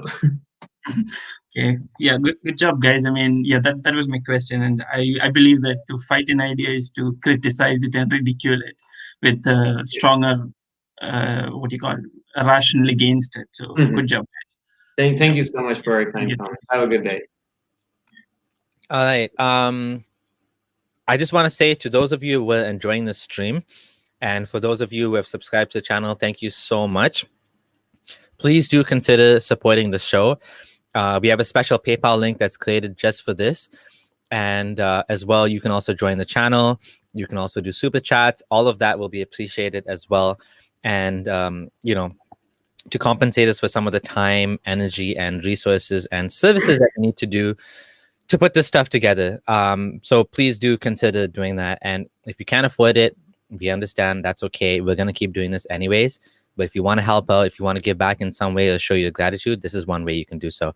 As well, you can continue to share the video, send it to others, and help us to keep getting the views up. Because today, I think, is the most popular stream so far. We have 270 or so people watching right now, which is pretty big. And I think it's just going to continue growing from here. All right, so we're going to should we take another call? I just wanted to say one thing, because I was just reading the comments, and a lot of people are saying that Muhammad had homosexual leanings or tendencies because he would kiss his grandsons and suck their tongue. Now, on the face of it, this looks weird, but in fact, if you were to look into it, this was a common practice amongst the Arabs because water was scarce. So soothing your young ones by giving saliva from your mouth was normal. Like I said, that's one way, one example to show you that you can, if you don't know the history, you can end up connecting ideas that don't necessarily connect, right? So like somebody was writing in the comments that, oh, CP can show you a hadith that Muhammad is licking his grandsons or something. And that's not why he was doing it. That's the thing. There's a lot of historical nuance required for this, right? You tend to find all of these arguments are put together by the same people. These people, like, even like weirder shit than that I've heard, like Muhammad going into graves, and like it's just why necrophilia and whatnot. Yeah, they come up with like, you know, like I don't know. I just think of one more. Like I read one where it was just very absurd. Muhammad's auntie died, and he lowered her in the grave, and the word was used was like I laid her in the grave, but the way it was used, it sounded like he laid in the grave. So Muslims made these apologists from Christianity said, "Oh, Muhammad loves having sex with his dead auntie." I have heard this level of absurdity, man. So, and you know, like this level of absurdity is not helping a cause. It's so easy to debunk these things that, like, you just look like a. Anyways, sorry, I'm very passionate. Let's stop digressing. Stick to the presentation. Okay. I don't know. More calls or take the slides? What do you say? Let's take a few slides. Okay. And then a few calls. All right. Who goes to paradise? Only Muslims will go to paradise. Messenger of Allah said he was last words of La ilaha illallah will go to paradise. Now, does that mean all you need to do is say La ilaha illallah and you'll go to paradise and you don't need to do anything? No. The scholars have explained that what this means is whoever says La ilaha illallah will eventually go to paradise. Muslims will be taken from hell and put in paradise. So if you have bad deeds, enough bad deeds to go to hell, your scale is messed up, and the bad deeds is heavier. What'll happen is that you'll be taken from the hellfire, like by Muhammad's intercession, and you know Muhammad's saying whatever, or Allah is saying in this case, remove from the fire anyone who had good in his heart equal to the weight of a grain of barley, blah blah blah. And eventually according to the Sunni theology, all Muslims will be removed from hell, whether you're in there for 5 years, 10 years, 1,000 years, but the non-Muslims will stay in hell forever. According to a minority opinion, non-Muslims will eventually be destroyed in hell, but according to a majority opinion, the Quran says you will ask for death. No, ask for 10. Anyways, we're not talking about hell right now, but the point is non-Muslims don't go to heaven ever. Only Muslims go to heaven, and that includes believers in Jesus and Moses and all of those people at the time when their prophet was there. From now on, if you know about Muhammad and you reject him, you do not go to paradise. You go to hell. Do you want to add anything to that? No, I was actually just going to add the last bit you said about the prophets and people before Muhammad. Yes. Yeah, we want to be fair. We're not saying everyone before hell. This is interesting. Now, what also ends up happening is on the Day of Judgment, there will be a Muslim and he's about to go into hell because he's got a lot of bad deeds. Allah will be like, here you go. You know what I'll do? I'll just give you a Jew or a Christian or a polytheist and put them in hell for your side and save you and put you in heaven. So what it says is in Abu Burda reported on the authority of his father that Allah's messenger said, no Muslim would die, but Allah would admit in his stead a Jew or a Christian in hellfire. Umar bin Abdullahs took an oath by one besides whom there is no God, but he thrice that his father had narrated that to him from Messenger of Allah. On the right side it says, on the day of resurrection, Allah will deliver to every Muslim a Jew or a Christian and say, this is your ransom from hellfire. It's very strange. This is very strange. Like, and I was talking about earlier, like this is the thing. A lot of the time the Quran will say your deeds and the scale, but then they'll also say that nobody actually goes in the Hadith because of the deeds, it's because of the mercy of Allah. Yeah. So it's this weird theology that keeps conflicting. Yeah, so basically the way it works is you have to believe. That's the most important thing of all, because even belief by itself will take you to paradise eventually. That's the most important thing. The idea you have in your head that God is one and Muhammad is the last messenger is the most important thing in the world, apparently. Then on top of it, you do good deeds, but it's not like it's good deeds plus Allah accepting those good deeds. So basically it's not the good deeds are not sort of standalone. God has to accept them as well. So that's kind of the idea. So basically if a Muslim committed like let's say rape or something really bad, he can go roast in hell, but then he will eventually go to paradise. But if it's a non-Muslim who did nothing of the sort, was the most pious upright sin, but he just didn't believe in Allah, he'll roast in hell forever. You know what? I can't wait to talk about hell because there's a lot of absurdities there as well. Yeah. Okay. So this is a juicy bit. So we've talked about this to death. Like Yeah. know, We'll quickly go over guys, it. if you're underage, is a tent in paradise like a hollow pill, which is 30 miles in height. So I guess because Wow. tent, so now he wants a bigger tent. I guess you think about like modern construction. I don't know. And on every corner of the tent, so the tent is a square or a triangle tent or whatever. It has corners. It's not a round tent. The believer will have a family that cannot be seen by the others. So you have multiple families in each corner of your tent. Like, this is so weird. It's weird. Oh, this one's interesting. So the prophet said the first batch of people who will enter paradise will be glittering like the full moon. Next batch like the star. We talked about this. Their hearts will be as if the heart of a single man, for they will have neither enmity nor jealousy amongst themselves. Everyone will have 2 wives from the holy. So you'll minimum 2 wives who will be so beautiful, pure, and transparent. The marrow of the bones of their legs will be seen through the bones and flesh. Now, I don't understand what the hell did I just read. We have transparent virgins whose blood vessels, bone marrow, nerves, like, how is it? Is this beautiful? I don't know if it's beautiful or not. I just don't know what to say. Like, I've struggled to understand this. Maybe we should ask like Sean Anthony or someone like that if he understands. He might be able to help us to make sense of this, because it doesn't make any historical backdrop. Yeah, there must be some historical backdrop or cultural context here that we're missing, because this isn't what we consider attractive. Yeah, like maybe it could be that pure transparentness might be the whiteness of their skin. It's weird, man. Okay, it's just weird.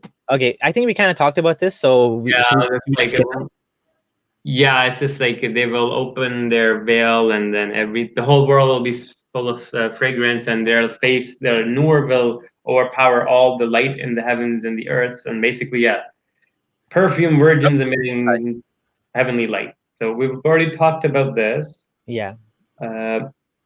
This is interesting. The power of 100 porn stars. So we talked about this too, and the 2 scholars mentioned it twice, I think. The believer shall be given in paradise such and such strength and intercourse. It was said, O Messenger, will he be able to do that? He said, he'll be given the strength of 100 men. There are obviously more narrations. I just showed you one. I think this is from Riyadh al-Salihin. If not, I will get you, because I forgot I put the book name in there. That's fine. It doesn't matter. It's frequently reported.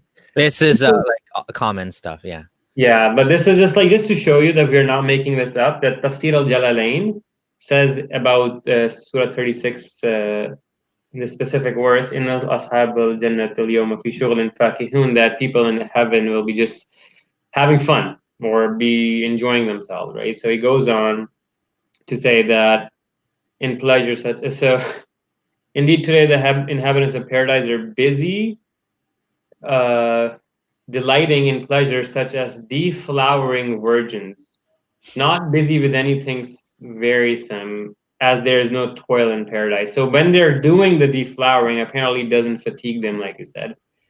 Rejoicing blissfully. Okay. And then on the bottom part, now this is an interesting tafsir. I just want to know about this verse. That this isn't just one tafsir.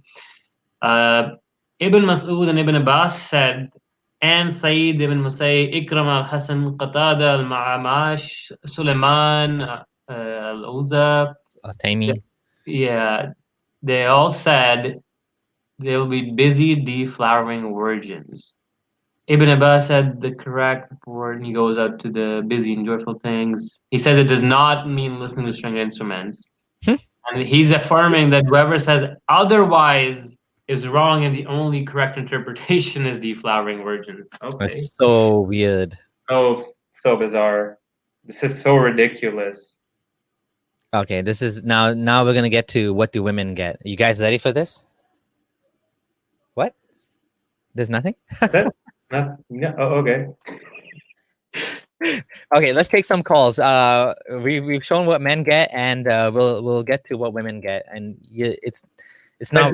We just left a blank slide. Just so there are more slides to follow. Yeah. Hello, Anon. Hello. Yes. Hello. Oh, sorry, I was surprised. Okay. I didn't know it was my turn. So, hold hold on. All right. Hello. Yes, go ahead. What's the question or comment? I'm an ex.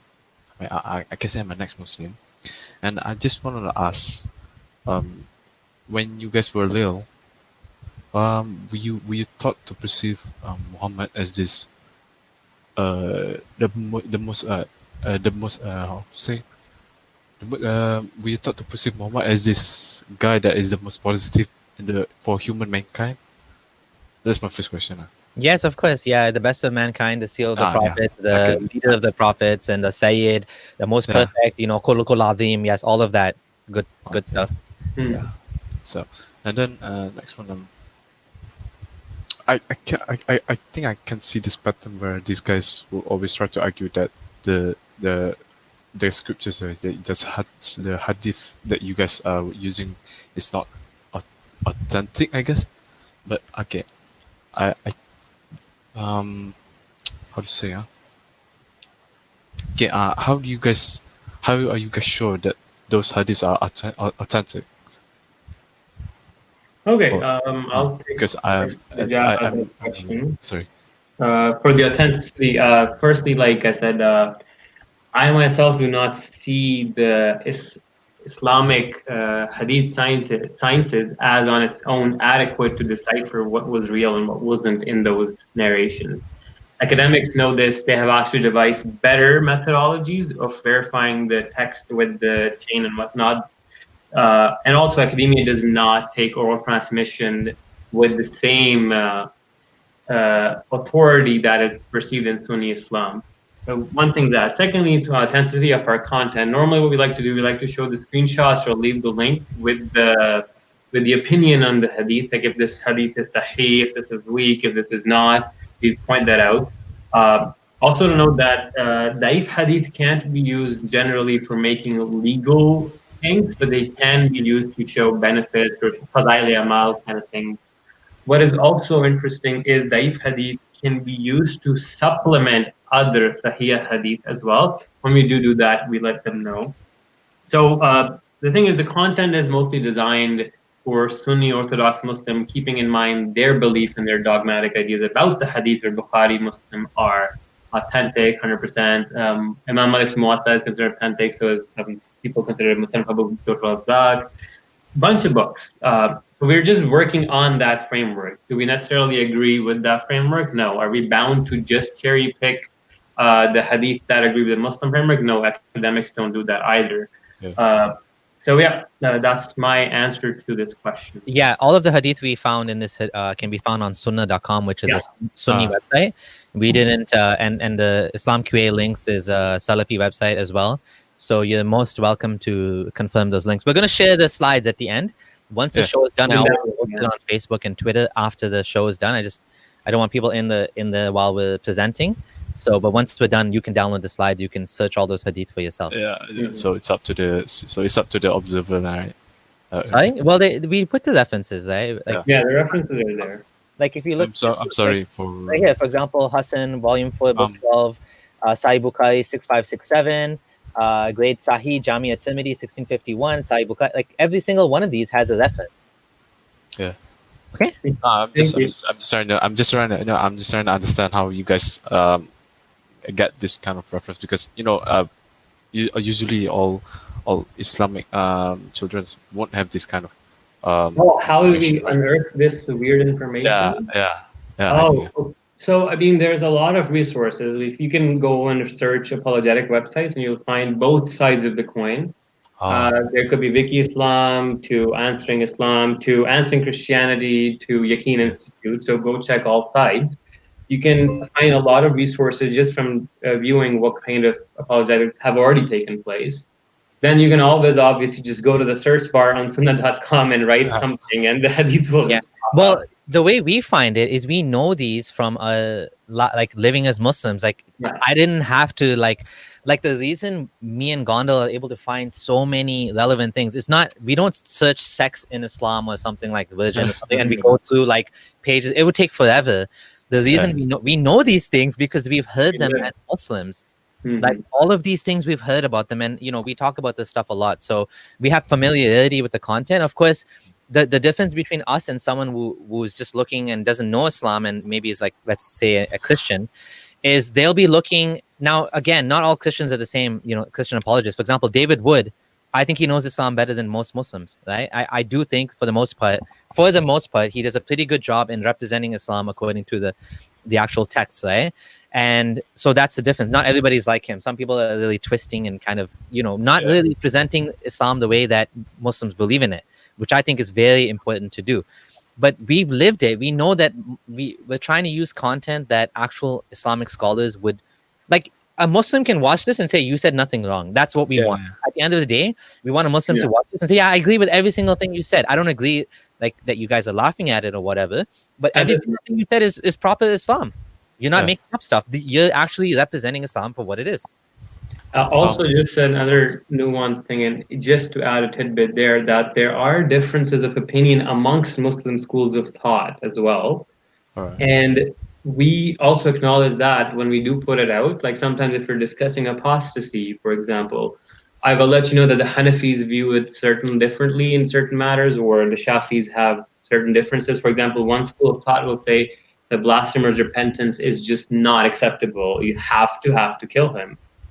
Whereas the other will say, oh, if the blasphemer is a non-Muslim and he actually repents or accepts Islam, Allah says all his deeds change to good deeds, so you don't kill him, right?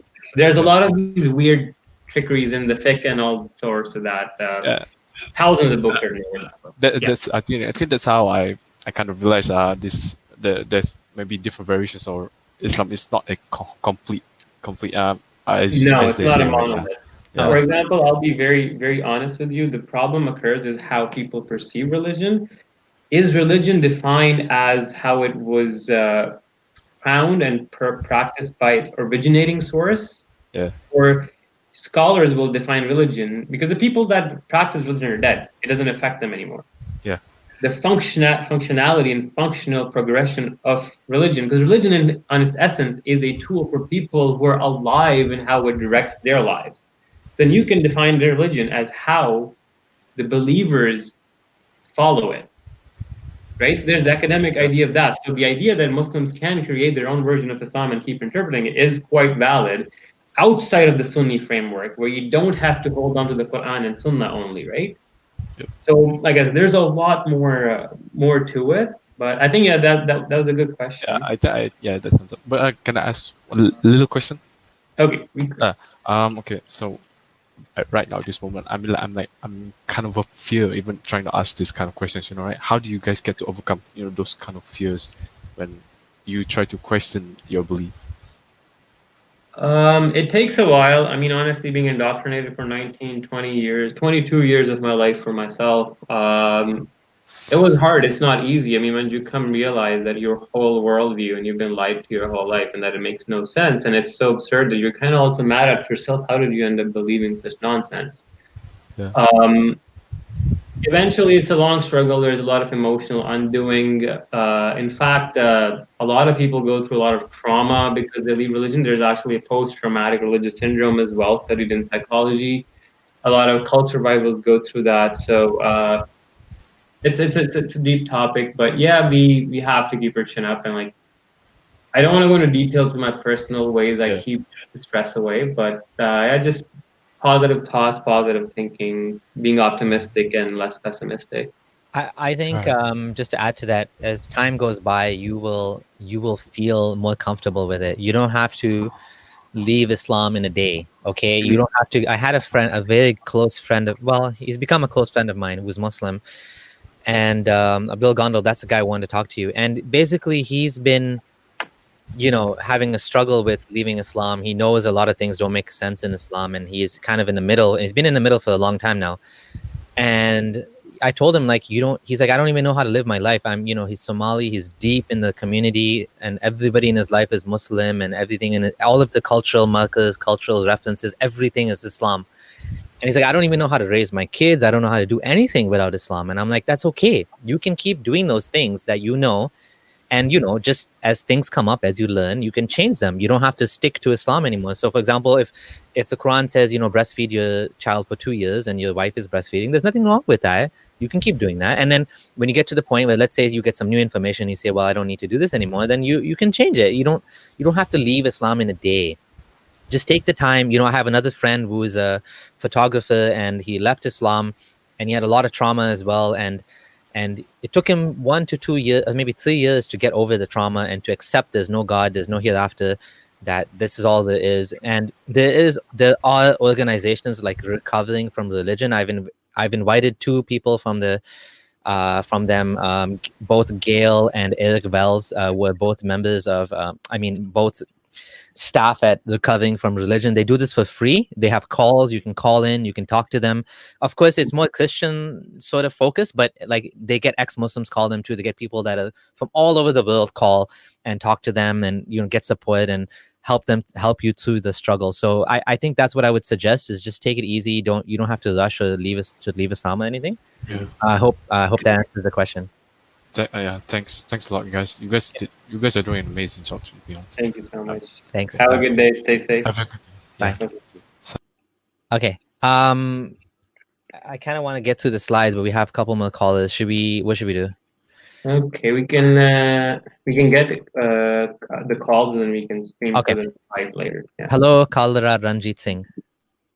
Hello. Thanks, sir. Hello, thanks. How are you? Sir, I would like to, whatever has been imagined in Islam or even say Middle Eastern religions as a heaven, that already exists in all India, Bangladesh, Pakistan, Nepal, Sri Lanka, or you may say currently SAARC Confederation countries, South Asian Association for Regional Cooperation countries. Here you may say apples, mangoes, grapes, rivers, large gardens, large women, large men, even freedom to marry any type of woman or any type of man as per your qualification. Don't you think that Eastern religion, Buddhism, Vedicism, Buddhism, Sikhism, Hinduism, or even a theist version of Hinduism, that is Charvak Panth, they are better than the Middle Eastern religions of the past? Your take, Mr. Abdullah. Okay. I'll go first. So the question is, don't you feel that Eastern religions are better than Islam and Abrahamic religions? Gondal, you can answer. Abrahamic religion, exactly. It depends on, it's a very wide question, right? Like, what do you mean by Islam? Like, which Islam? Are you talking about the Islam of ISIS? Are you talking about the Sufi Islam? Right? There's a whole spectrum of what is Islam. Then you can sir. Sufi Islam I take as an Indic religion. Sufi Islam is just like Bangladesh, India, Pakistan. That is Indic religion. Okay, so like Wahhabism is what he's asking about. Okay. Exactly. So for Wahhabism, yes, it is a very dangerous ideology. But then again, I wouldn't want to put a label on which religion is necessarily worse than the other one, because it also is very dependent on how the believers perceive it to be, right? But I would say that definitely the Quran does lean towards a lot of absurdities. But then again, when I do read the Bible and the Hindu scriptures, I do see a lot of those absurdities. So then I can ask myself, okay, is this really the lack of knowledge and social growth showing up in people, or is it actually the direct contribution of religion? And then also becomes a cycle. The religion is created by these same people, right? So again, I wouldn't say that any religion is per se better or worse than the other, because you have to define functionally what aspect you want to analyze. Like, if you want to say, is Islam more conducive to human rights versus Hinduism? Right? Is that even a question worth asking? Because you can make arguments. No. My take is Pakistani, Bangladeshi or Indian Islam is better than Saudi Arabian Islam. Pakistani democracy is better than Iran or Saudi Arabia, though it may be worse than England or UK, European Union or America or even India. India is better than Bangladesh and Bangladesh is better than Pakistan. That is my take. So I'll just add a little bit to that, and there's definitely better than worse forms of Islam, and definitely the Sufi ones tend to be better. I do think you do need to objectify what you mean by better or worse if it comes to whether it's women's rights, human rights. I do think that there's a lot of absurdity and ridiculousness in Hinduism as well, and I don't know, maybe Sikhism too. I don't know anything about Sikhism. No, I don't deny that. What I do want to say is that I do find some things in Eastern religions to be quite beautiful. For example, the idea, some of the things are ridiculous. For example, karma. I don't think there's any such thing as karma. I think that evil people, like whatever you want to define as evil, let's say people that like Hitler, for example, there's no karma for Hitler. He did all of those things. He had a screwed up brain. He killed so many people and did all these things, and yet nothing happened to him. He just killed himself. So there's no real karma. There's no reincarnation. I think that's a ridiculous concept as well. I do like the idea of not eating meat. I do like the idea of mindfulness and meditation. I do like the idea of not doing things for the hereafter. But just doing things for the sake of being at peace with yourself and accept reality for what it is, and I think those things can be taken out of the Eastern religions without all of the dogma. So in order to meditate, in order to be mindful, you don't need to believe in any dogma. You don't need to believe in reincarnation, in karma, in hereafter, in heaven and hell. You can just do it. Meditation is just about sitting there and just accepting reality, being becoming aware of your thoughts and as they appear in your head. So I think that part of it is good, and that's all I have to say. My motto, or at least I'd say, is take the good, leave the bad, because at the end of the day, religions are an amalgamation of human ideas. Some ideas are good, some are bad, and you'll find both sides in all sorts of religions. Islam has some good ideas too, like feeding the poor, and the zakat idea is very good, right? But then there's also some very bad idea, like the misogyny and the stoning people to death and chopping people's hands off for theft. Same with the Hinduism, right? Like some things are good in Hinduism, but then you have classism and then practices like sati and whatnot, depending on what type of Hinduism you subscribe to, given that. Exactly the point, right? So again, like I said, with Buddhism, I find it beautiful, like the exercise of the mind. In fact, if you were to read Buddhist literature from the contemporary time period when Muhammad was in Arabia, Buddhism was miles ahead. They were actually onto something. Like if anything makes sense from that contemporary period as Buddhism, I'd go with that. But like I said, there's a lot of, and also what happens is back in the day, most religions grew up and evolved in isolated pockets of the world because communication and exposure of ideas was not as common. So that's why you see that all the Middle Eastern religions like Muhammad, Islam, all the stories are in the Middle Eastern zone, like Jerusalem, Jordan, Syria, and Arabia, and that's it. Allah sent all the prophets there. All the action happens here. But if you go on another continent, to the Aztec Empire, they have a completely different set of ideas and mythology, and their trajectory is different. So now we live in a world where these ideas are being shared rapidly, and you can cross-check religious ideas in an instant. So now we're getting to analyze them and compare them, which wasn't possible before. So that's why we're coming to ask these questions.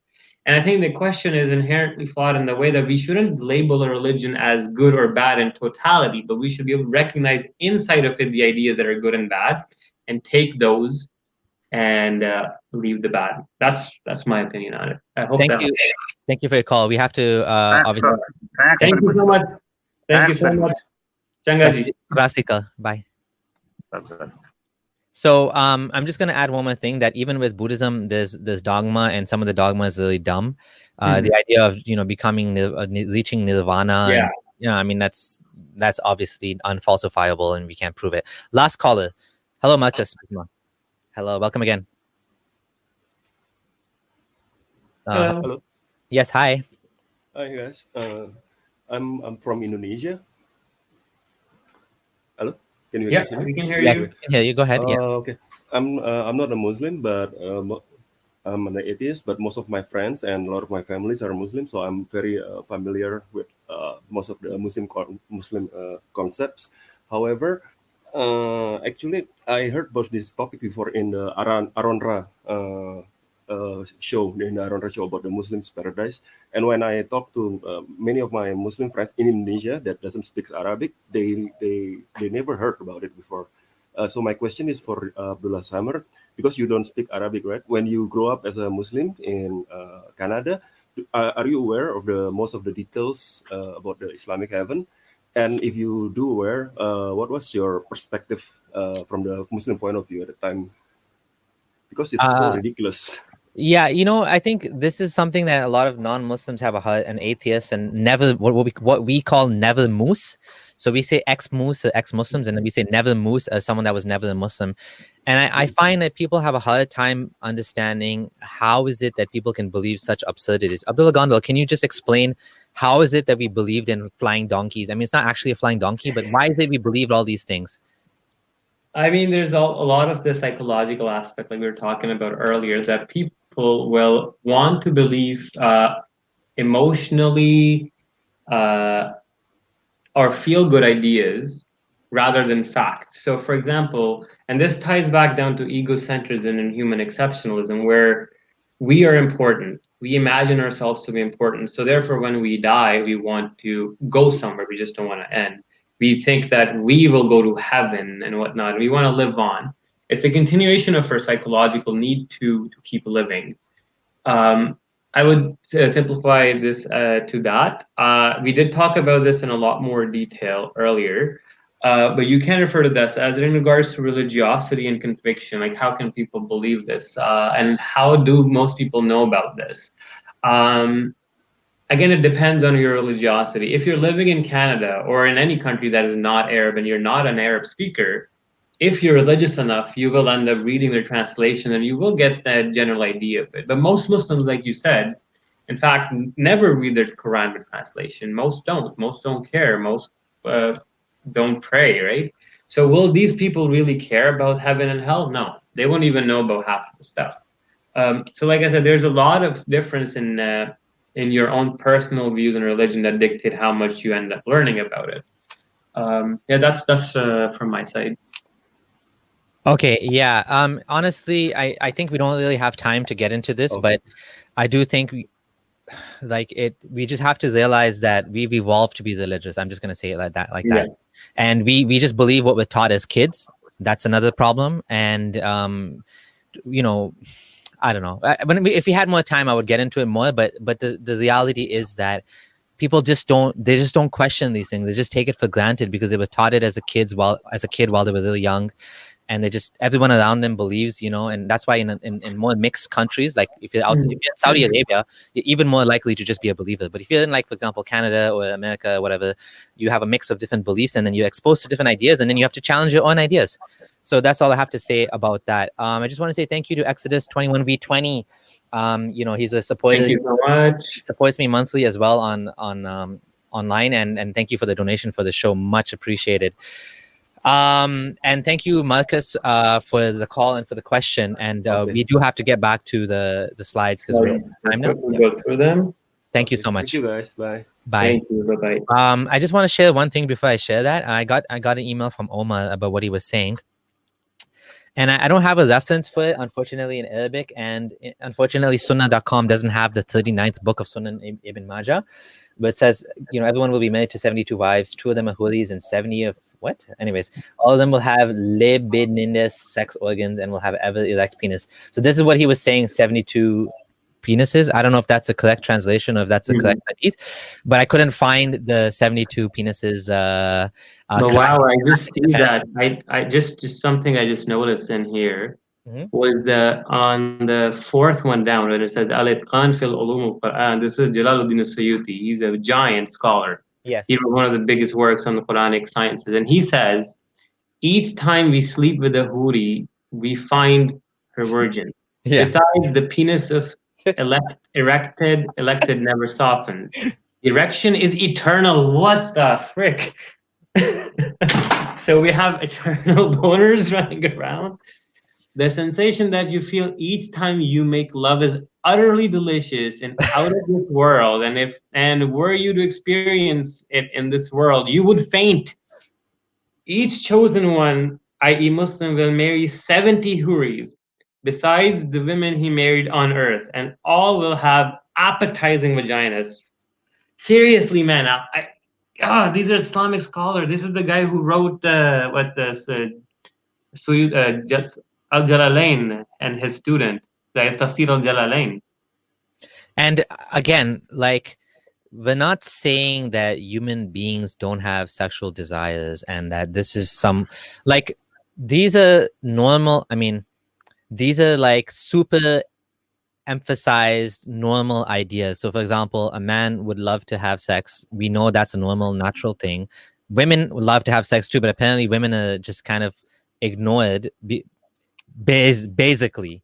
Did we read a single thing so far about women? Like women's sexuality, women's sexual pleasures in Jannah? None yet so far. Nothing at all about women's sexual pleasure. It's just not considered important to Muhammad. And again, this has to do with the fact that he wanted warriors to fight and die for him. You know, that's my opinion anyways.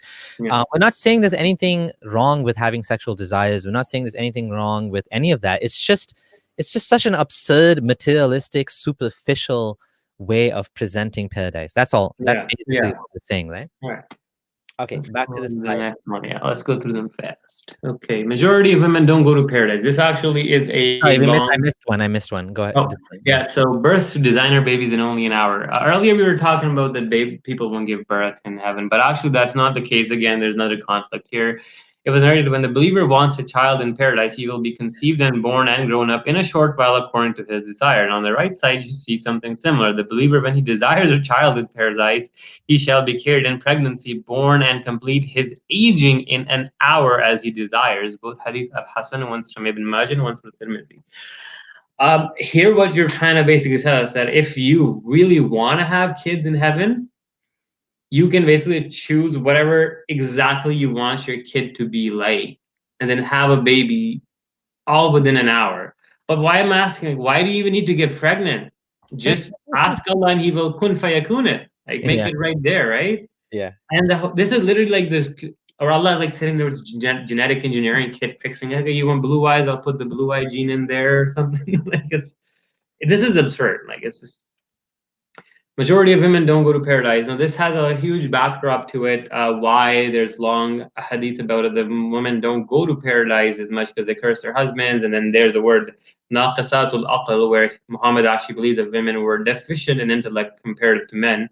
It ties it on along with this, and he said that he saw women more in hell than heaven, which is again very misogynist. It's so bad. No paradise for women who unnecessarily ask for divorce. So on the left side, we see the Prophet said, if any woman asks her husband for divorce without some strong reason, the odor of paradise will be forbidden for her. So this is like, the psychological thing. Hey, you want to go to heaven? Well, you better obey your husband and be nice to him. Don't start fights. It's like using theology and religion for your personal gain. It was narrated from Thoban. Any woman who asks her husband, paradise will be forbidden to her. It's the same thing. Okay, so again, blaming and attacking women. Yep. Again, so this is ridiculous. The Messenger of Allah says, no woman annoys her husband, but his wife among the Huris says, do not annoy him. May Allah destroy, for he is just a temporary guest with you and soon he will leave you. And you went, what the hell? So you're literally blackmailing your wife with imaginary supernatural sex goddesses living in heaven. Come on.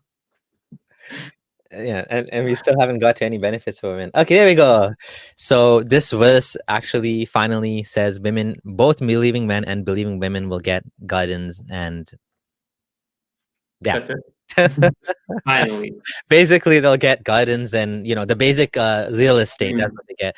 But no, Allah was very concerned. He should have mentioned with the same intensity, like he was talking about the breasts of the females. He should have talked about the parts of the males and for the female Muslims in the Quran. Just to be fair, Muslim scholars will say that women. It's not. Noman Ali Khan actually has a clip like this. Actually, responded to him. He's like. If you ask 10 teenage boys what they want and you ask 10 teenage girls, the boys will all have the same answer. But the girls, they'll all have different things. I want to have a pony. I want this. I want that. But What? it's so silly that That is a he's silly the area. example of young boy, like young women love sex as well. I mean, this Oh is yeah, yeah. In fact, our age is supposed to be 33, is what I was told, in heaven. So like that does, yeah. it just belittles and infantilizes men and belittles women. Women have the same desires that men do. I mean, it's silly to kind of throw them to the wayside like that. Okay, Yeah. that's all we have for women in Islam. I couldn't find anything specific, and that's all we have, just a general Yeah. sort of paradise. Yeah, about just the beauty and whatnot. Yeah. All right. So rivers of milk and honey. Now, as you can see, that milk and camel milk, so the connotation in the Arabian desert, the milk had a lot of popularity, and like you see with honey too, it's very valuable and it's a very high calories. And in fact, Muhammad, I remember when I was younger, when I was a Muslim, I used to drink like honey in the morning after Fajr mixed in warm water. Somebody told me it was sunnah. I don't know if it was. But then again, you can see that the incentive is quite clear that their imagination is literally bottlenecked and limited by 7th century thinking. That's basically it. Like, would I be asking for rivers of milk and honey in the 21st century? No, there's hundreds of more better things. Anyways, let's keep going. Yeah, I just want to I just want to add that how is this appealing? What if, like, I'm lactose intolerant? I mean, my lactose intolerance will probably be, now lactose intolerance is a genetic thing, right? My genes don't have the thing to break down the lactose, the sugar in the milk, right? I don't like honey that much. I like honey, but it's like rivers of honey. Really? Like rivers of honey? Yeah, but like I said, it's a personal preference, right? And this is so subjective. That's why you should have just said people will get what they want. Goat milk, like what is cow milk, like buffalo milk, like exactly. What like? Which milk is this? Cow milk, camel milk, buffalo milk, goat milk. The taste never changes apparently. Well, every type of milk is different. Is it human milk? Can we have that? Oh, booty milk, dude. Oh my god, I just had an idea. All right, so there's also fat birds, I guess, fried chicken sort of idea in paradise. Omar said this is plump and luxurious, the birds that have necks like the necks of camels. So the messenger of Allah, those who consider them more plump than that and it. Is he saying you're going to become fat in Jannah because you're going to be like eating all your fried chicken? And I don't know, like I didn't totally understand this hadith, but I think yeah. Okay. Fat birds in Jannah. Okay, so now this is a more serious topic now. Anyways, yeah. So basically, this just the whole emphasis on going to paradise is very much emphasized. You know, the highest rank in paradise is those who are prophets. You cannot become a prophet, but you can become a martyr. So on the day of the Battle of Uhud, a man came to the Prophet and said, "Can you tell me where I will be if I get murdered?" The Prophet said, in paradise. The man threw away the dates and he fought till he was murdered. Narrated Anas bin Malik. The Prophet said, nobody who enters paradise would like to go back to the world, even if he got everything on earth, except a mujahid, a fighter, who wishes to return to the world so that he may be murdered 10 times because of the dignity he received. That is very weird obsession with martyrdom, and then I just found this one interesting hadith I was looking for. I'm just gonna quickly share screen this. Okay. Actually, I'll just send it to you quickly. Sure. Funny comment. My milkshakes bring all the jihadis to Jannah. Okay, I'm putting it in the chat here. Okay. You share that on your screen. This is about the martyrs and how they end up going to heaven. So as you can see, he asked, "Think not those who are slain in Allah's way as dead, nay, they're alive, finding sustenance in their Allah." So basically, there's a verse that said that jihadis or mujahideen, when they're killed, they don't die. Martyrs don't die; they're still alive. The souls of the martyrs. Listen to this shit. This is, I'm not making the souls of the martyrs live in the bodies of green birds who have their nests in the chandeliers hung from the throne of the Almighty. What the fuck just happened? And they eat the fruits of paradise, and they nestle in these chandeliers. So these mujahideen are just sitting with Allah as birds eating in chandeliers. I don't know. Sahih Muslim, by the way, if anybody's wondering, it is Sahih. I'm sorry to say that this actually is very real and very dangerous to this world. Yep. These ideas are very, very dangerous. This is used by people who actually kill themselves. Oh yeah, the idea of very- holiness and martyrdom and the fascination completely is Yeah. it feeds on to like a lot of people sometimes, I wouldn't say that, but some people do say that Islam has a death cult fascination with martyrdom, and I can see that. Yes, It is a problem. It is a very real problem that Islamic texts have this concept. It's just, anyways, I'm just sad, but I don't have anything else to say about that. Let's I do want to take one. Oh shoot, You're almost done. Yeah, so that's the last slide actually. So we can take another caller if you like. Yeah, we can take one call and end it there. But Yeah. So in conclusion, be rational. There's no paradise. Make peace with your life now. If meditation helps you, find different ways to come to peace with the reality as it is. There's just no good evidence for this. We try to show, from the Hadith, and not just the Hadith, but the Quran as well, like what a strange, contradictory idea Jannah is. We didn't talk about Jannatul Firdaus. You did talk about different levels of paradise. There's Jannatul Firdaus, which is the highest one, and there's the lowest one, and there's different ones. And we talked about how this, leads people to be dangerous because of idea of martyrdom is so praised in Islam. Yeah. Yeah, that's it. I was gonna take a call from TMK, but he left. If you come back, TMK, I'll take your call. That you're gonna be the last caller. Yeah, you want to add anything while we're waiting for him to come back? I would say that if you view the Islamic concept of heaven and hell, especially heaven, from a holistic perspective, you cannot sustain it rationally. It just makes no sense. It just makes no sense, dude. Like, come on. Let's be real. Like, you have the concept appears to be that there's this you go to heaven, you sit around on couches and you have unlimited sex with hundreds of girls every day, and you drink wine and eat honey and pomegranates, and you enjoy just women. And then what do women get? Whatever, Allah doesn't say much. And then you're not even sure, like you have what age you'll be. Okay, well, you still have free will, who knows? Okay, well, you will get these fruits and stuff, but well, why do you need dietary needs? Well, will you actually then excrete? Because the Hadith says you want to urinate or defecate, right? So you can keep eating. So there's so many problems about the concept, and the whole idea of sexualizing women, it's absurd.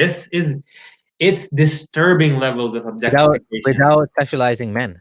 I mean, it's Yeah. just very one-sided, right? Yeah, it's dangerous, and we can see how if you were to give these descriptions to young emotional teenagers who are very attached to the religion, you can use this to make them do some crazy things. And sadly, we have seen this.